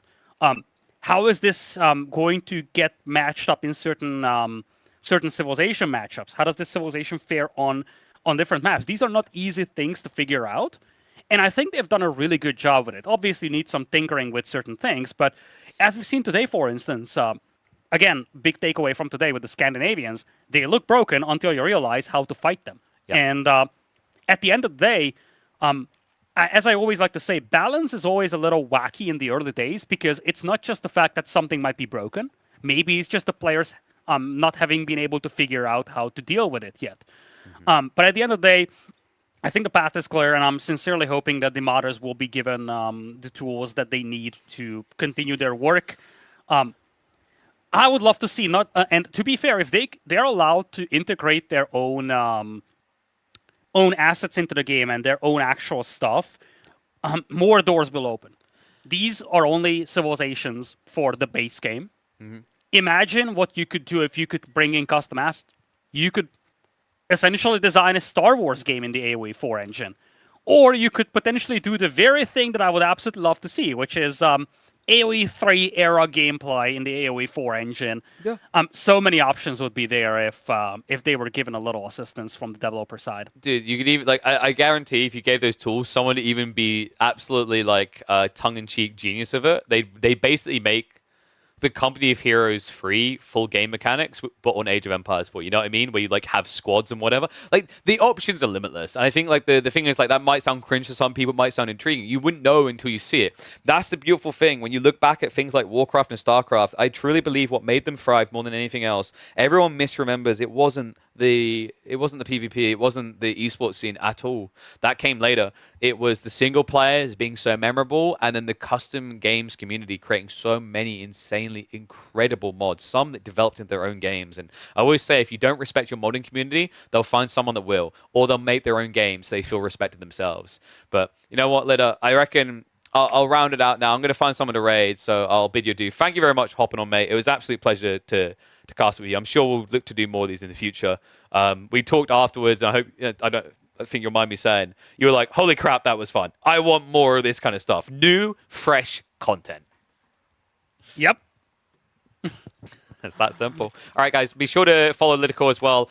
He has started streaming again, occasionally doing some Stormgate coverage. In fact, we've both been doing some Stormgate coverage. We've been casting together earlier this week. So if you want to catch some of that in the esports action, be sure to tune in there. Otherwise, I'm sure you'll see more later on the Age of Empires 4 broadcasts. Yep. Thank you for having me. See you guys around. Thanks, Litter. All right, guys. Yo, is that my boy Pico Vayu coming through? There's one of those modders I'm talking about. If you guys want to see some sick modded maps, check out his in the directory. He has made some incredible creations. Some that I highly recommend, especially if you're a free-for-all type person. They are just better than what you'll see in your standard rotation of free-for-alls, 100%. Any news on the patch and when? Haven't got a clue, mate. We'll just have to wait and see. But, guys, while we're getting ready to wind down here, a fairly short stream, only the grand finals to play today, we have got more fun action coming midweek. So, for those who don't know, Clearman, a Vietnamese caster, put together a prize pool for a free-for-all tournament featuring some very well-known names that will appear in the grand finals that will take place across 3 days. 2 games played each day. That is going to be Tuesday, Wednesday, and Thursday, 2 p.m. CEST. So be sure to tune in here for the official English coverage. If you're Vietnamese, I highly recommend going across to YouTube and supporting Clearman with his coverage on his channel. But we had some absolutely insane free-for-all games. Anyone who has not watched free-for-alls in a while, I highly recommend tuning in for this. I was shocked. I was entertained. I think free-for-all a year ago was cringe and boring. It was static. Nothing was happening. It was a snooze fest. That's not the way that we've been seeing those games play out. The majority of the free-for-all games, funnily enough, are insanely fast-paced. The average game length across the series, I think, ended up being 30 minutes for a winner to come out when 8 players clashed in huge maps. So that all to come. Be sure to tune in once again Tuesday, Wednesday, and Thursday. Also, if you want to try these mods, they are on the mod section right now. They're bundled in for the Future Kingdoms can be played by you guys. Let me know what you think. Be sure to join the community as well so you can give feedback on the mods. We want to try to drum up support, keep this going. I can tease that they have got additional CIVS on the way. I'm not going to give away more, but they are hard at work. They're cheeky bugs. They never stop grinding. At this rate, I think their goal is to basically create more CIVS than you have in the base game, which is just wild to think about. But let's have a look at the director now and see what we've got. One of them was even 22 minutes. Yeah, dude, it was wild. I mean, I remember the core game where he just blitzkrieged the map. So, let's see who's live here. Because I'm going to get ready to head on off. Oh, there was a King of Dry Arabia series, but that literally just finished. So maybe we'll catch that on like Monday or Tuesday. I'm not sure if I'm going to be live Monday, but like I said, it will be live Tuesday, Wednesday, and Thursday. So you guys will definitely get more than your dose of me. Another reason to make sure you subscribe to the channel. Also, before I go, quickly go down there and click those links. We've got one from AMD. We've got one from HelloFresh. We've got deals going on there right now. AMD gives you a bunch of games back in return for buying GPUs or CPUs, and it's a perfect time to update, especially considering how intensely demanding a lot of the newer RTSs are. On top of that, the HelloFresh deal we shoot off. Check the VOD from yesterday. We actually show how easy it is to cook them. You can get 10 meals for free on me if you use that code. But what I'm going to do now, I think we will raid through the Mrs. Warman Q2. It looks like Marika is grinding on the ladder right now, trying to crawl back up into Conk. If you have got your pigeon emotes ready, be sure to spam them. Be sure to hype it up. Give them the K-Pig Pogs. Give them the KB Hypes. We're going to raid through to Warman. I will be back, guaranteed, on Tuesday. Keep an ear out. Make sure you get notifications turned on to see if we're live Monday. I need to figure out if I'm going to be bogged down sorting some things. So I'm expecting a lot of behind-the-scenes things to have to be sorted there. But honestly, just appreciate the support. Really big shout out to the team basically who done a lot of the hard work, right? Future Kingdoms worked their ass off behind the scenes to make this all come together. I just have to get on the mic and just waffle, which I love doing. So big shout out to them. Hoping we'll be able to do more of these, more tournaments in general on this channel. I think I kind of made this clear the other week for AoE 4. I want to lean more into doing like different or tournament content, not just casting pub games anymore, because that has gotten very old and stagnant to me. We will be doing some Stormgate stuff. We'll look to do tournaments there as well. I'm also targeting tournaments in Supervive and look to see what we can do there. Because the thing is, like, it's feasible to make small tournaments work and see if there's big reach for it. And I might also be keeping my eye on a certain unreleased Valve game, wink, wink. So yeah, big plans for the future. You know, not going anywhere, but also looking to expand. I appreciate all the support, guys. But I'm going to raid through now. In fact, did I really talk so long? Dude, the raid doesn't last very long. All right, there we go. We'll get ready for the raid. Bye to YouTubers. Thank you everyone who watched across on there. I love the fact that we're seeing a lot more people appear on the YouTube side as well as the Twitch. The support definitely goes a long way. In fact, how many people tuned in? I'm not expecting to be many because we were only live for like 3 hours, but I might have my mind blown here. Let's have a look. Did we stack it up and knock it down? Oh. Well, that's not bad. We had almost like 50 people or so. Absolutely insane. All right. Well, here we go, guys. Let's get ready for the raid through. I don't know why it's being a little bit buggy, but go have some fun with Warman, and I will see you all again on Tuesday for more tournament AoE4 action.